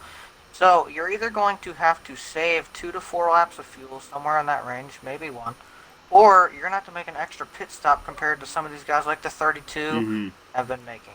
That's going to hurt you a lot in the time category. You're going to cost yourself a lot of time, maybe even a lap. Yeah, that 11 car was one of the ones that stayed out a while back in one of the cautions, which kind of set him a few laps behind everybody else in terms of the fuel run. So he might be one of the guys that's going to have to find a way to save or maybe pray for a caution here, as that 32 car is lapping most of the field as he comes down pit road with, I believe, 20 laps to go. So the leader, your leader will come down pit road, and he might have such a big of a gap where he might do it again, where he comes into pit road as their lead car and comes out as their lead car. The 2 cars of Symphony and Marley, he's also down pit road. He's coming out right now, as he was sitting in 4th place when he came into pit road, and that 32 car was catching him in terms of lapping him. KD, the 6 and the 37 of Thought Crane and Trippy Tricks for OMA have also come down pit road. So now with less than 20 laps to go, drivers like Miscraft have yet to come down. Drivers like Tinted Views have yet to come down, and especially the one of Top Wage. He needs to fly his flag for Wolfpack Racing a bit higher, because he is coming back and he needs to be seen. Drivers like CG Smith continue to battle along for pride and respect. The 6 and 37 are down and away, KD. They can't make it to the end from here, but they're going to have to save a bit of fuel, or they're going to have to short pit before this checkered flag. Yeah, it's going to be very intriguing to see how this fuel run plays out here, as I believe they're coming to 19 laps to go. if I'm not mistaken. The 32, your lead car is coming out of the carousel right now. He's about to enter turn 6. I believe he's coming to 19 laps to go. So we're getting down to the wire here. We're getting to the end of the stage, and Wolfpack is running out of time to try to make something happen here. Really, their only chance to make up some points is a caution, because at that point, they're up 10-6 in terms of numbers. So if they get a caution, get the field bunched back up, that could be their chance. Because again, now all it takes is, again, the fewer cars that OMA has, the less it takes for Wolfpack to really shake up the points. Because now OMA can only take up a little bit more than about half of the top 10. Meaning that, you know, if you get a couple guys for Wolfpack up inside that top 5, top 6, that could really make OMA lose some points. So it's coming all down to the numbers right now for OMA, as they're trying to pray that they don't get a caution, trying to hang on here as long as they can. And now you're looking back at that gap they had in stages 1 and 2, Harvick fan, and now you look at it and you're saying, wow, it's good that they had that gap, because you see more and more cars are starting to lag out here. Indeed, they did, and it's surprising though at the same time. Not that WPRL hasn't fought, because they've had 2, 3, 4 cars that have really shown their speed today, but even still, even with those lack of cars for OMA, they even started, down a couple cars. They only started with 8. You can start 10 in a race, so they started with 8. They were already down a little bit. They've lost 2 more since, so they're down to 6. All WPRL still has all 10 of their race cars on this track. But the thing is, WPRL, from what I can tell, has not been able to capitalize, especially during this stage, and get the points they need. And that's a big number to make up. Yes, OMA has fewer cars, but they're still holding the top spots in this field. So they're even still more than likely going to gain. They're definitely not going to, WPRL is definitely not going to be able to gain right now the points that they're going to need in order to move on. Harvick, not only can WPRL not gain at the moment, but their aggression is starting to form cracks in their team's foundation. Race control now getting onto the driver's radio and telling them to tone down the aggression. Cars that are a lap down need to remove themselves from the racing line, and those orders coming to Wolfpack Racing League. We remain green as drivers are getting more and more aggressive, trying to cut these corners as quick as they can, but they need to be patient and they need to get on their marks if they want to survive these final 17 laps. Yeah. And I tell you, Yeah. I tell you too, that somebody that wants to hear that over his radio is the 32. There's about 2 or 3 lap cars that he's catching right in front of him. He's probably going to get to within the next lap and a half. So if you're WPRL, you don't want to hear that, because here comes the 32, and he's probably going to put you a lot down, and that's not what they need right now. And if you're getting told to move out of the way, it's either you're probably going to have to move, or there might be further action taken that you definitely don't want to see for that team. But that's going to allow the 32 to get by easier and help OMA's case a little bit more, in the sense that 32 is not going to have to fight with the lap traffic, hopefully. He goes by 1 now. So that's something he wanted to hear over his radio. Oh, contact! 43 is blocking the leader right now. Not what you want to see. If you're the 32s, you're trying to get around some lap cars here, as again, the longer this race goes and the more cars that go a lap down for Wolfpack, the worse it gets, even if a caution does come out, because then you got guys that are just a lap down and they can't really gain any spots on the lead lap car because they're a lap down. So at this point, Wolfpack is really in a rut. They have got to find a way to stay on the lead lap without being too dangerous, as that 43 is giving the 32 a run for his money. Oh, contact in the bust up. The 43 is not laying off the 32. Oh, cleared him. 32 cleared the 43. It took him a while. That 43 was being very tough on that 32. Not sure race control will do anything about it there. They will say that's just, a guy fighting to stay on the lead lap, which is what he was doing. You can't fault a guy trying to stay on the lead lap, because it's critical as they come down the stretch. But it's at the same time, if that lead lap car is substantially faster, you gotta let him go by. and the 43 took a while, or the 32 took a while, but he finally got past the 43, but that could have been very, very dangerous for the 32 car. KD Race Control had to get onto the 43 and give him the blue flag multiple times up the S's and through the bus stop. Race Control was reaching out to the owners to remove the 43 out of the leader's way. So that would be the second time in the last 5 laps that Race Control has to give instructions to Wolfpack Racing. At the front, Bit Skydiver continuing to pull away from this race, but a couple of these drivers starting to lose their cool in these closing laps of the final stage. It'll be 15 laps to go as the leader crosses the line. Okay. And Rick, pit stops, well, first I want to point out too, that's not contact with that 32 while getting lapped. If you go all the way back to stage 1, when he was lapping the 43, they doored each other a little bit in the bus stop too. So it's not the first thing. 32 probably wasn't too happy over the radio, and obviously with Race Control already stepping in even before that second one occurred. Yeah, I can definitely see where action is probably about to be taken there, and he's probably definitely getting an earful right now from race officials, and rightfully so. But they're going to open in the next 2 laps, at least those that pitted about lap 24 to go, 23 to go. That pit window for them is going to be opening soon, but they're still going to have to make either one more pit stop, or they're going to have to save quite a bit of fuel.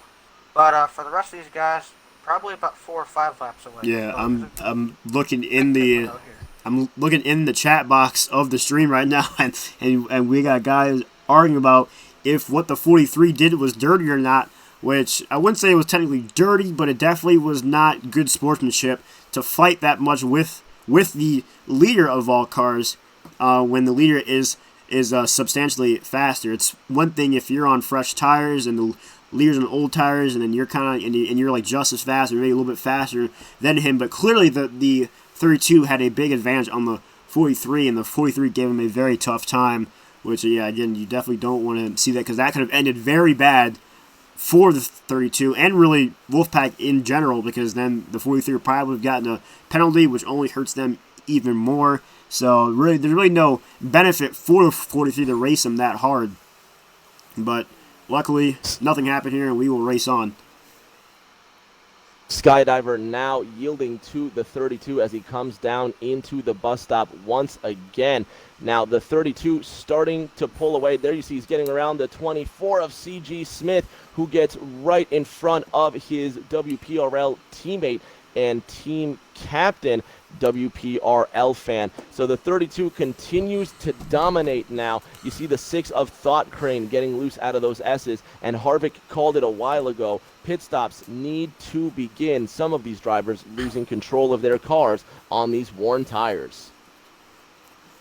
Yeah, yes, sir. Here comes the 32, coming to 12 laps to go as he hits the stripe right here. So if he can make it to 11 laps to go, then he will be good on fuel as far as this one goes, along with other guys if they can make it to that 11 lap to go mark. But right now it's been all the 32. A little bit of trouble with some lap cars, but as of right now, he's just been in his own world.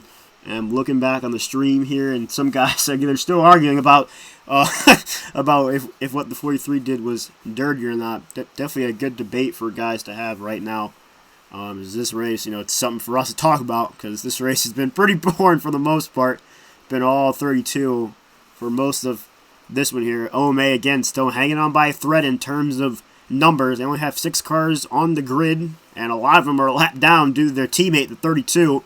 But also, along with that, lots of Wolfpack guys are a lap down as well. Well, and Rick, I'll ask you, if you're WPRL right now, you know the situation you're in, you know the situation that OMA is in.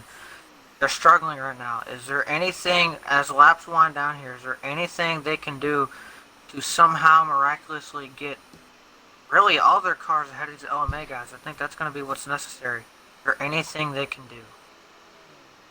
I can tell you Harvick, there's absolutely nothing that can be done at this moment. I can say that race control is currently talking to Team 32, the leader and so far the fastest racer all night long. Skydiver is cutting the inside chicane of the bus stop a bit too close, and he now has a warning from race control.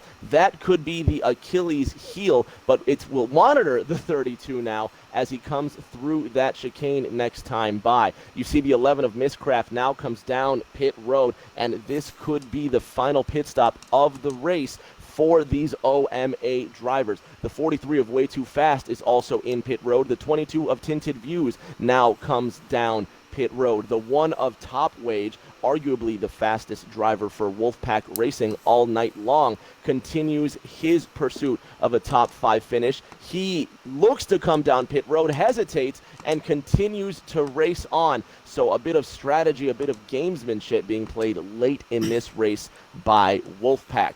KD, the 32, seems unstoppable as more of his OMA teammates come down pit road. How far is the 32 going to stretch their resources?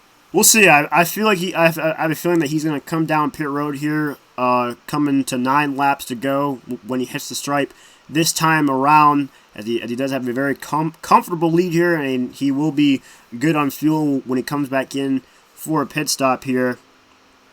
But I feel like I expect him to come down this time around. I'm not sure how much fuel he has exactly, but he definitely has had time to save. That's for sure. He's been having a huge lead, so I wouldn't be surprised to see him go maybe a lap or two more. But I feel like he could be coming in right now, and yep, he is. So 32 will come down pit road here to take his last pit stop, coming to 9 laps to go. And again, we've seen it all day when that somebody threw the grass. When that 32 car is in the lead and he comes down pit road as the lead car, he tends to come out as the lead car as well without losing too much time. So we'll probably end up doing that again as he crosses the stripe under pit road. Again, 9 laps to go here. That 2 car of Symphonian Marley, he will actually get back on the lead lap after getting lapped in pit road. He's sitting currently, I believe he's sitting around P6 or P7, P8. That's he's sitting at P8. That's where he's sitting at. So KD, he entered the pit road in 5th. Now with the 1 of Top Wage, he went around out of the final corner and down the front stretch. That's who Harvick had mentioned got in the grass. His Wolfpack teammate in the 21, Little Wing, also hit the grass coming out of the first corner as well. Now the 21 getting out of the way of his teammate in the 1 car. Wolfpack still trying, and we certainly commend their bravery and their respect as they come through these final laps as fast as they can. The 20 of WPRL fan recently incurred a a penalty for cutting through the chicane. He comes to a full stop on the outside of the carousel. But looking back at the leader, the 32 of Skydiver, clear road to the front and clear road behind. It should be around 8 or 7 laps to go this time by KD, and only a mistake or a penalty can stop driver 32 from claiming the win. Yeah, coming to 8 laps to go this time around. Exactly, you hit it right on the nail. Really, the only thing that can stop him is a penalty or some type of big mistake. I mean, he can probably spin out and still have a comfortable margin on the cars but behind him here. So there's really no need for him to push this thing harder than he has to. And even if he does get a caution, I believe he's lapped so much of the field that's not really going to matter in terms of if they do get a restart with maybe a late caution here. But they only have 3 more laps to get that caution, as he's going to come to 7 laps to go this time around. So I guess more 2.5 laps to maybe bring out a caution. But again, he's lapped so much of the field, some guys more than once. It's just, I feel like there's really just, even if there is a late caution, I feel like all hope is lost for Wolfpack to really make any ground in terms of points. 6 to go this time by KD. The 32 of Skydiver now creeping up to the 22 of Tinted Views after just having gotten around his own OMA teammate Chaos in the number 66 Mustang. Thought Crane in the 6 trying to get around the 43 of Way Too Fast out of the bus stop. The 43 kindly relegates himself to that inside grassy line and leaves the 6 unperturbed out of the carousel. Mizcraft in the 11 behind his teammate Trippy Tricks in the 37.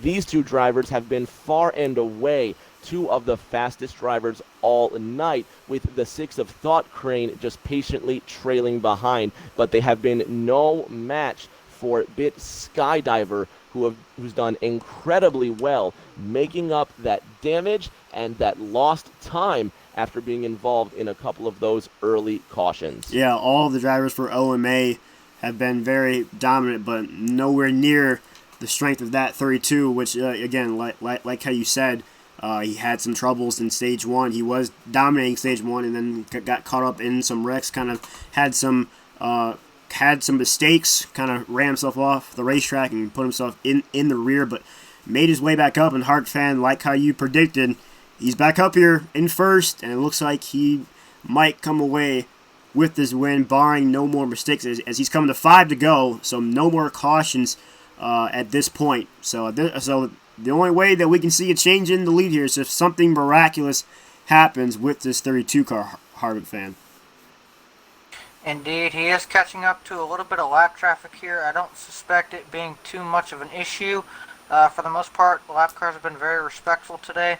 And with the lead that the 32 has at this point, I wouldn't get in his way. He was aggressive earlier when getting through the field, so he's fast. I think that's. I would just kind of run my own race at this point. Obviously, if you're WPRL, you're kind of sad that it's 5 to go, because right now their only chance to get back in this race would have been a caution. Those are close for the rest of the night. And now the 32 really just needs to cruise on home along with the rest of his teammates. Harvick for the third time tonight. What the should be a dominating win. Sorry about that, Harv. The 24 of CG Smith went around again by himself in turn 1 for the third time this evening. We now see drivers like the 34 of Daddy Goat coming down pit road. So Wolfpack Racing having to relegate themselves down for tires and fuel. To echo what you said, Harvick, and what KD has been saying all night, the 32 has been dominant, and barring a late race penalty or a huge mistake out of multiple OMA drivers, it's going to be a big OMA victory. It's going to be 5 to go this time by. Yeah, so just kind of waiting out the laps here. Just waiting for this one, and I think it might actually be 4 laps to go. If I'm not mistaken, I believe it's going to be 4 laps to go coming around this time. I'm trying to watch the stream of the 2 car, but he's almost a lap down, so I have to kind of manage that. So it's because the 2 cars coming to 5 laps to go, but, you know, he's basically essentially about to get lapped because he's only about a couple turns ahead of the 32, so the 32 is coming to 4 laps to go. Meanwhile, the 2 cars coming to 5 laps to go, but either way, it's just been a very dominant race from OMA, but more specifically the 32, after having the troubles in Stage 1, able to make his way back up with basically no problem, and was already back in the lead before he even knew it. He was already catching the 11 car, and you know, it's just a tough pill to swallow if you're the Wolfpack Racing League, because again, you had aspirations coming in. You know, obviously you got past that first round, so it gives you a real confidence boost going into round 2. But road course is just such an animal, especially on this game. You know, this is what separates the good from the great leagues, or the ones that contain the road courses. And you see how good the OMA is.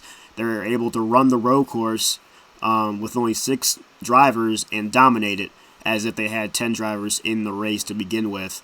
So really, just, you know, as we get later into this tournament, Harvick Fan, we're probably gonna see more of the better leagues come to fruition and really flex their muscles.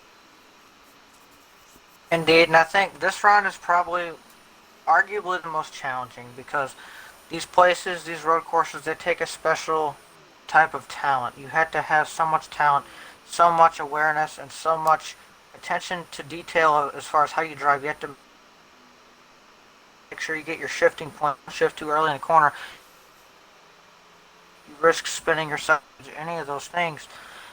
It's such a technical round, especially this is probably one of the lower technical tracks. It's still very technical, but a place like a Road America or a Sonoma or Mid Ohio that are much more technical, much more cornering and throttle control. Places like those are the tracks that'll show the true talents and really show what guys, what leagues are the best. And obviously, for those that don't make it through, they get to learn something out of this too, and they can go work and make themselves better for next year. Yeah, and again, like how you're saying, this is already a tough track in and of itself, but this is even the hardest road course on the game. You still have Road America, which is really difficult with its elevation changes, and then you got tracks like Mid Ohio, which is really, that track is really tough, especially in this game. There's not a lot of times where you can really get up to speed. Lots of wheel spin on that track. Sonoma is also difficult because of that track configuration.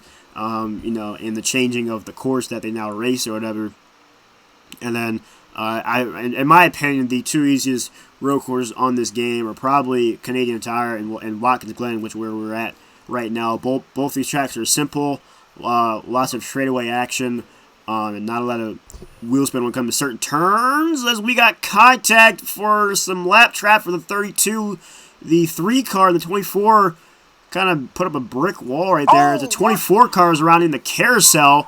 Lots of cars going off the racetrack behind the lead car of the 32 as he's coming to take the white flag this time around. Again, no more caution, so that's not really going to have a big impact on this race, but that was almost dangerous for the 32s. I'm not sure what the 3 car and the 24 car were doing. I don't know if they just kind of got lackadaisical there, or I don't know what happened, but almost trouble for that 32, but he's coming. He hits the white flag this time around. 7 more turns to manage for the 32, and I believe even if he does make a mistake here, Rick James, I feel like he has such large lead that's not really going to matter in the end. We're looking at the 32 now rounding that first corner, headed up that famous Watkins Glen hill, being almost chaperoned by those tight blue guardrails into this tricky bus stop. Right, left, right, and a long carousel. Keep your eyes peeled on that 32. It seems after that warning, he has heeded down. He's heeded that warning of cutting the bus stop, and he's taking it slow and very, very ginger-like out of these final corners. Just a lapped car behind him and 2 more corners to manage. The 90-degree left-hander, the 90-degree right-hander, and what a dominating race it was at the Glen, not only for OMA, but the driver of the 32 Dryden Mustang, Bid Skydiver, wins at Watkins Glen. What a race for the 32. What a run for OMA in general. The 32, again, just a really hectic day to begin. Got caught up in some troubles early after a pretty good start to stage 1. In the middle of that, kind of made some mistakes, got himself caught in some traffic, and somehow fought his way back up there and took the lead and just ran with it. Just ran away with the whole thing. Didn't look back whatsoever. Had some troubles with lap traffic here and there, but overall, he just really didn't have much trouble navigating this track as we try to flip the field, see who's trying to finish the race. And with all these guys being a lap down or two, most of them are coming to the line to finish this bad boy off. But it's a 17 has trouble getting across the start-finish line of WUB Network. As I believe. Well, and Rick, we talked about it, pretty much every stage, but what does this say about OMA? We already know, I think, pretty well that they're going to take W on this one as a team. But we don't know I mean, they've had the whole race. But what does this say about them moving forward into the next rounds? What do teams that move on into round and say, wow, because they had to fight through adversity. They were down 2 drivers when this thing started. and they lost 2 more. How do other teams look at them moving on? Well, Harvick, they finished with 4 less drivers than Wolfpack Racing League, but they still took 4 out of the top 5 positions in that final stage.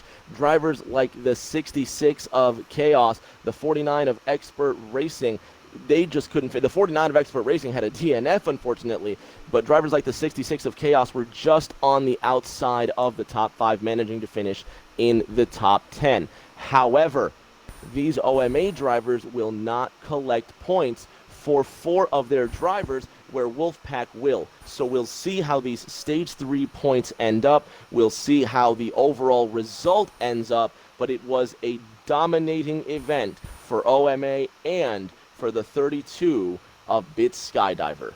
So what a finish to this race. What a race overall in general. The whole 100%, 90 laps here at Watkins Glen. We will take a short break while we get the drivers in our party for the post-race interviews. So stay tuned. Do not go away. We will have post-race interviews coming up in just a bit.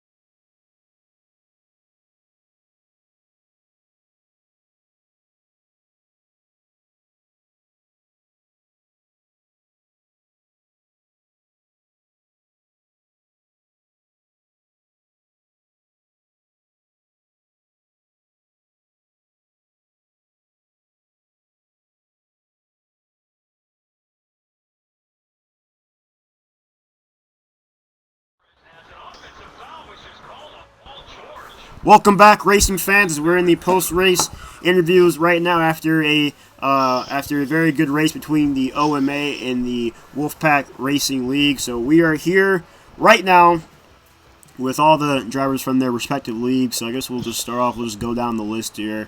We'll start off with their race winner. Oh, and he left. Okay, so we will move it down. I'll go to the 11 car of It's Misscraft. Misscraft, you had a very strong race. You sat in the top 3 for most, if not all, of the race. And you were kind of just doing your thing. Obviously, the 32 kind of pulled away with that thing. But how were you able to kind of just run your race and just stay strong for most of this bad boy? Well, it's really all about consistency. Sebastian, who was Bit Skydiver in 32, he was our strongest force the entire race. Coming up second there, I believe he got stage 1 win. I got stage 2, and then he, of course, won the race. Yeah, I don't think I fell farther back than third until I had a little bit of contact. to the inside wall and got some damage to the car. But really, the car was fast. It was really all about minimizing mistakes and just making sure you were focused on the racetrack. So in my league, we have voice chats with our teammates and stuff. But with this, you can kind of focus on your own race because you're not really talking to anyone unless you're in a party, which we weren't. So yeah, it was really just about making sure you hit your marks every lap and keeping focused. Yeah, you definitely seem to be hitting your marks the whole race. Never really seemed to be flustered or anything. So congrats on your strong race, and congrats on just your whole team being able to kind of survive there. Obviously, we have to wait for the points to come out from Slide Job, but as of right now, I believe you guys are the winners, unofficial as it stands right now. But Yeah. But again, congrats, and hopefully we see you in the next round. All right, thank you. So moving on here, we're going to move on now to our race winner, Bit Skydiver. Man, you had one heck of a race. You had some troubles there early, so just tell me about what happened early in stage 1 and how you were able to fight back there and end up just kind of taking this one and never looking back. Well, it was the start of stage 2. Just turned in too early in the bus stop, hit the little garden rail, but our forward fusion was so fast today. So just was really patient, trying to get by everyone and not trying to be too aggressive and let everyone make mistakes. And that's how we got to the front back from wrecking early. Yeah, you were able to somehow find your way back up there, and you had a very consistent car the whole race that we were all impressed with how you just took it and just ran with it. You never looked back, and you had some troubles with some lap cars, but you were able to find a way to get by all of them unscathed for the most part. So I just want to give a big congrats to you on a very good race and a very good comeback, I should say, because all of a sudden we saw you back there sitting in second behind your teammate, the 11 car, and you just took it and ran with it. So again, man, congrats. Very, very good race from you, and hopefully we see you in the next round. Thank you. All right, so Rick James, if you want to take these second pair of interviews right here, that would be great. Let's go ahead and talk to Sinfonian Marley, who drove the number 2 car all night for Wolfpack Racing. It was a spirited challenge for your team, although you saw a couple of guys that ended up coming down pit road just one too many times. Drivers like yourself, drivers like Top Wage really managed to carry the standard for Wolfpack Racing this evening. Oh yeah, thanks. Yeah, tough night. Not much to say, but just we gave it all we can. Some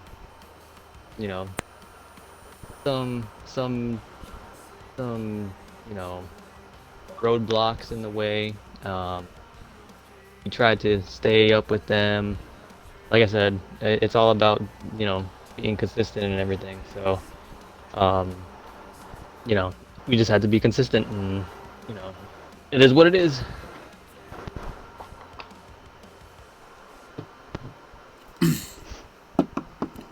Absolutely. Now with Top Wage, who drove the number 1 Chevrolet for Wolfpack Racing as well. Now, Top, it was a very, very fast run for yourself. You ended up having a very, very fast finishing time. Towards the end, it seemed though Sorry, there's an echo there, Top. Towards the end, it seems like some of the Wolfpack drivers started to fall apart at the seams, but yourself and drivers like Marley managed to hold it together to come home for a top 10 finish. What was the hardest part of driving with worn tires out there?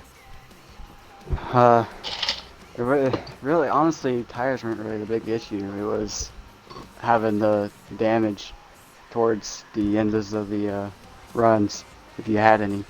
'Cause I know I had several times where I'd gotten into the wall myself and had to deal with all the damage that I had caused to my car based on my own mistakes. And it was just kicking loose when I didn't want it to, or when it wasn't before. That was the struggles I was having. I can't really speak for the others. You just gotta kind of run your race. Well said, and a well-race run as we wait for these points to come out. Regardless of the result, it was a fantastic and skilled drive by everyone at Wolfpack Racing. Congratulations on your top 10 for you and for Marley. KD? Yes, sir. Okay, so Well, I guess moving on with Harvey fan. Yeah, Harvey fan, you go ahead and take these next this next interview right here. All right. So we're gonna start with Trippy Tricks, the third OMA driver. Trippy, you had a top of the race. Your team overall ran really well, but you guys did kind of start behind a little bit of adversity you had to overcome, if you will, starting 2 drivers down. How did you and your teammates, kind of work together, and how was your race overall? Pretty fast, top 3, top 4 car. Yeah, coming in, we realized last minute that we were going to be short, so I tried to get everybody in the chat to just focus in, don't worry about how many people were down, and just run our race. Stage 1, it's stood for itself. I started 8th because, I mean, a lot of us were trying to be careful to get used to breaking in at the right time for the bus stop. And, I mean, we just worked our way up from there.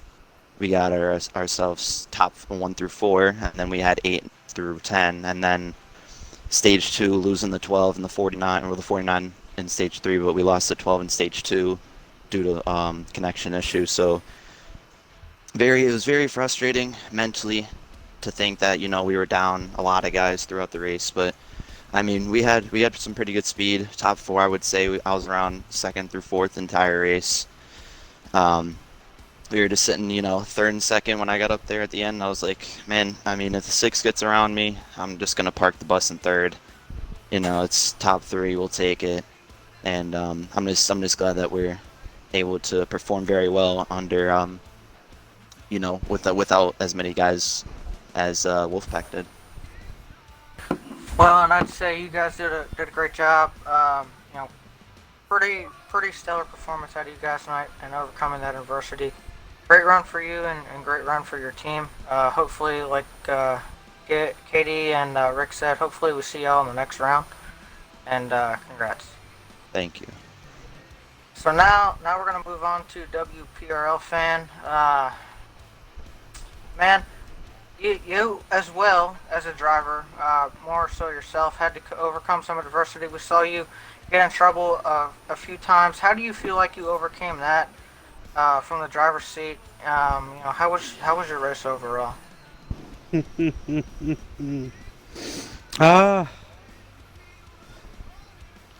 I'll just bite my tongue. It was rough. I mean, we practiced for 2.5 weeks. We were ready. Yeah, I was beaten and banged up a bit by a couple of drivers, but unfortunately, we tried to give us the best shot, and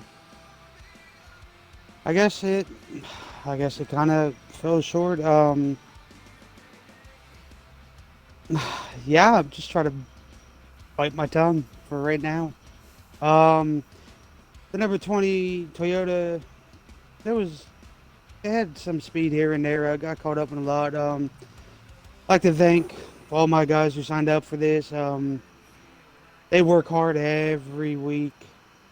After our league races, we stay up to about 11:30, 12 o'clock in the morning practicing. We did it today. We ran a league race earlier before this. Like I said, I thank my guys for their hard dedication and taking the time out of their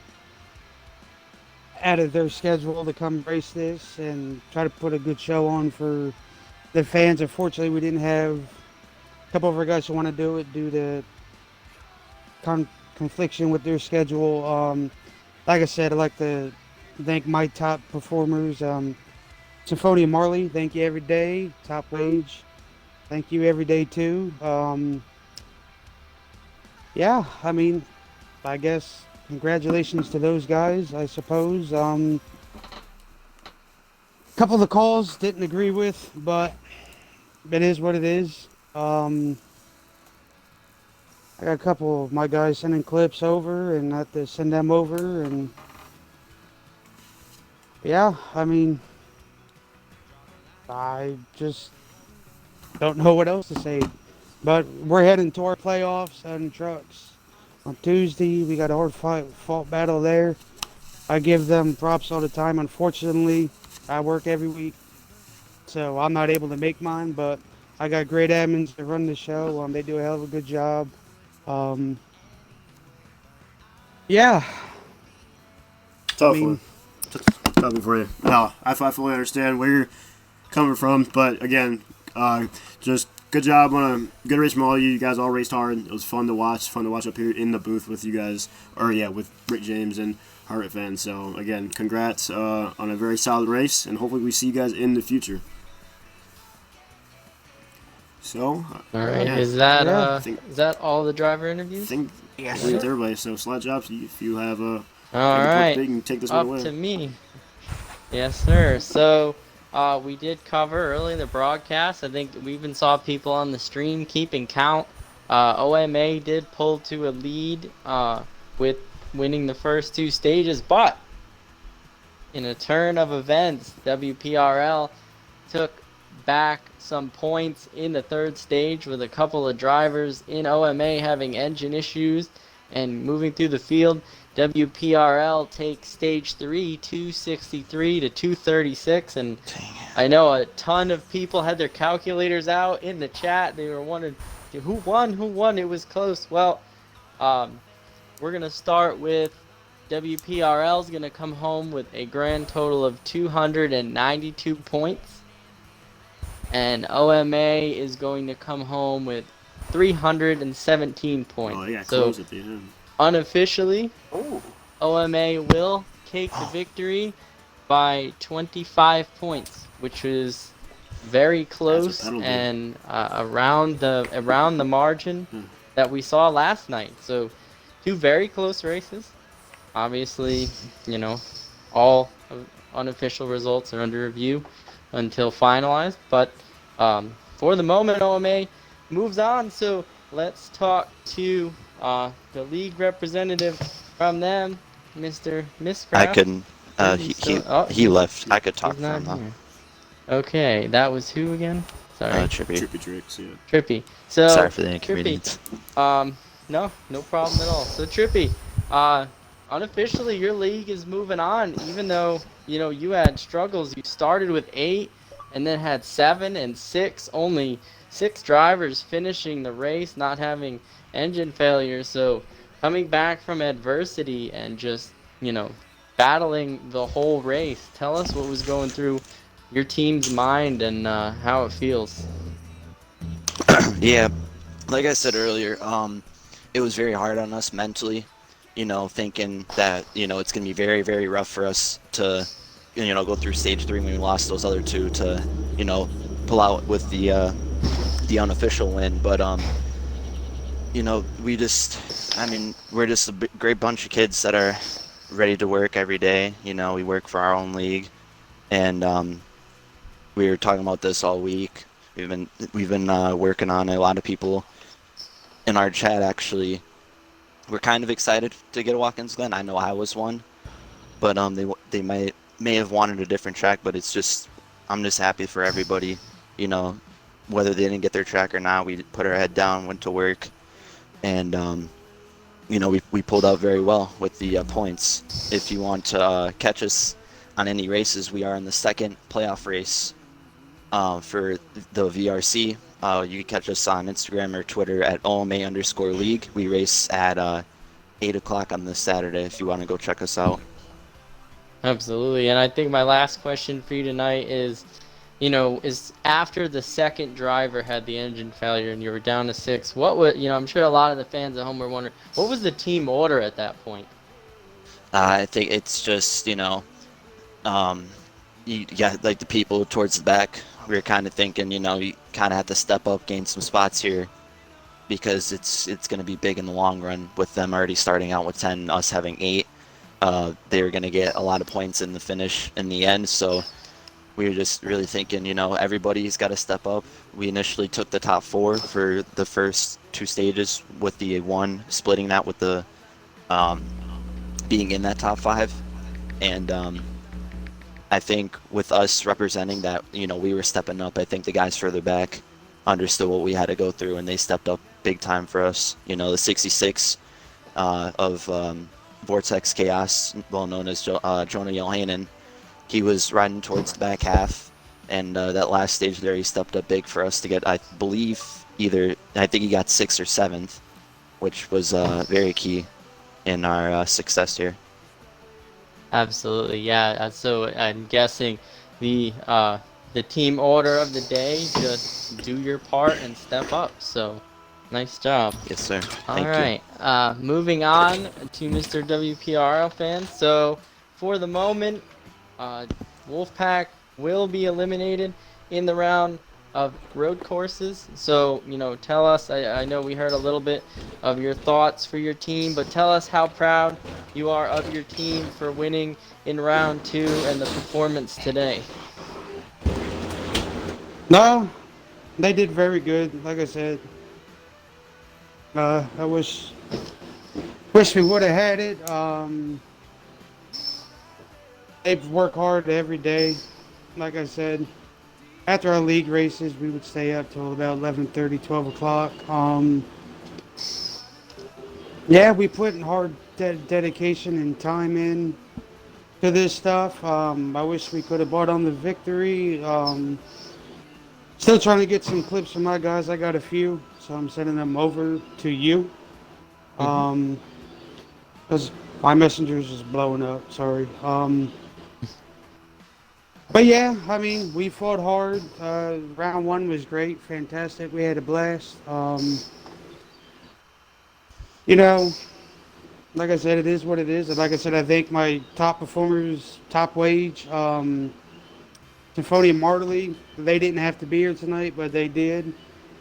I felt bad for Marley. He took the time to come race with us and didn't do his league race. Once again, Marley, I thank you and appreciate your time. Nah, yeah, you're good. You're good. Like I said, fun. we fought hard. Yeah. Couple of calls wasn't too fond with. But that's that. Couple of drivers did the same thing, and nothing came out to them. But it is what it is. You guys can only do so much, I suppose. I don't know. But yeah, like I said, we fought hard, and we always told everybody, just like in our league races, the time you put in, the better you'll get. And they do. Absolutely. They fight hard, and like I said, our trucks are going into our playoffs after next week. They got a hell of a show going on over there. I wish I could be at my own league races, but I can't do that. Unfortunately, I work. But yeah, And we speaking of appreciate that, you guys putting this on for you guys, for us, and problem. good race. Speaking of that, how if the fans at home want to, watch your league, follow you guys, or even join, if there's some drivers out there that saw how amazing you guys did through 2 rounds and want to become a Wolfpack Racing driver, how can they do that? We got social media on Facebook, Wolfpack Racing League, Twitter, League Wolfpack. We're all over. Twitch, you can follow us on Twitch. If I'm not there, quite a few others do it, but my Twitch for the league is twitch.tv/Wolfpack_racing. We have a messenger. You can always contact us through there. But yeah, that's All a right, good way well, to you heard it contact first. us. Give these guys some follows, check them out in their league races, and if you're interested in joining a fantastic league like Wolfpack, go see their social media and hit them up. All right, well, what a fantastic pair of races we had at Watkins Glen. I know I enjoyed both of them. Ford, what did you think for the final race at Watkins Glen? It was pretty good. I mean, all in all, both teams made a few mistakes. We do have 3 officials calling the races, and 3 of us trying to watch 20 guys on a road course is a very tough job, because you're trying to see everything and be as fair as possible, and it's almost impossible to catch every little thing. And like I said, we try to be as fair as possible. Road courses, even though if it might be, you think it might be the easiest, we found out that sometimes it can be the toughest for some people. But all in all, it was a good race. Everybody gave 100%. No matter if you were the fastest guy or you were, off the pace a little bit, you still gave 100%, and that's what counted. Absolutely. And it came out to be a close points race. OMA lost a few drivers, and that made up for Wolfpack to gain some points on them. So we will review whatever clips that come about, and we'll make our best fair judgment, and we'll see who prevails. We appreciate both teams coming out. Absolutely, and we enjoyed two fantastic Watkins Glen races, both under 50-point margins. Definitely we expected some crazy tight racing, and we are getting it. So I'm gonna send it back up to the boys in the booth, and they're gonna talk a little bit about the next race coming up and wrap it up. Okay, so thank you for that one. Very good to hear from both sides of that matchup, and yeah, it's a very close points race as it stands right now. 25-point gap, so that really is a penalty for OMA, and we can see a change in all of that stuff. But I'm Rick James, 36, and Harvey fan. You guys have anything to add to this race?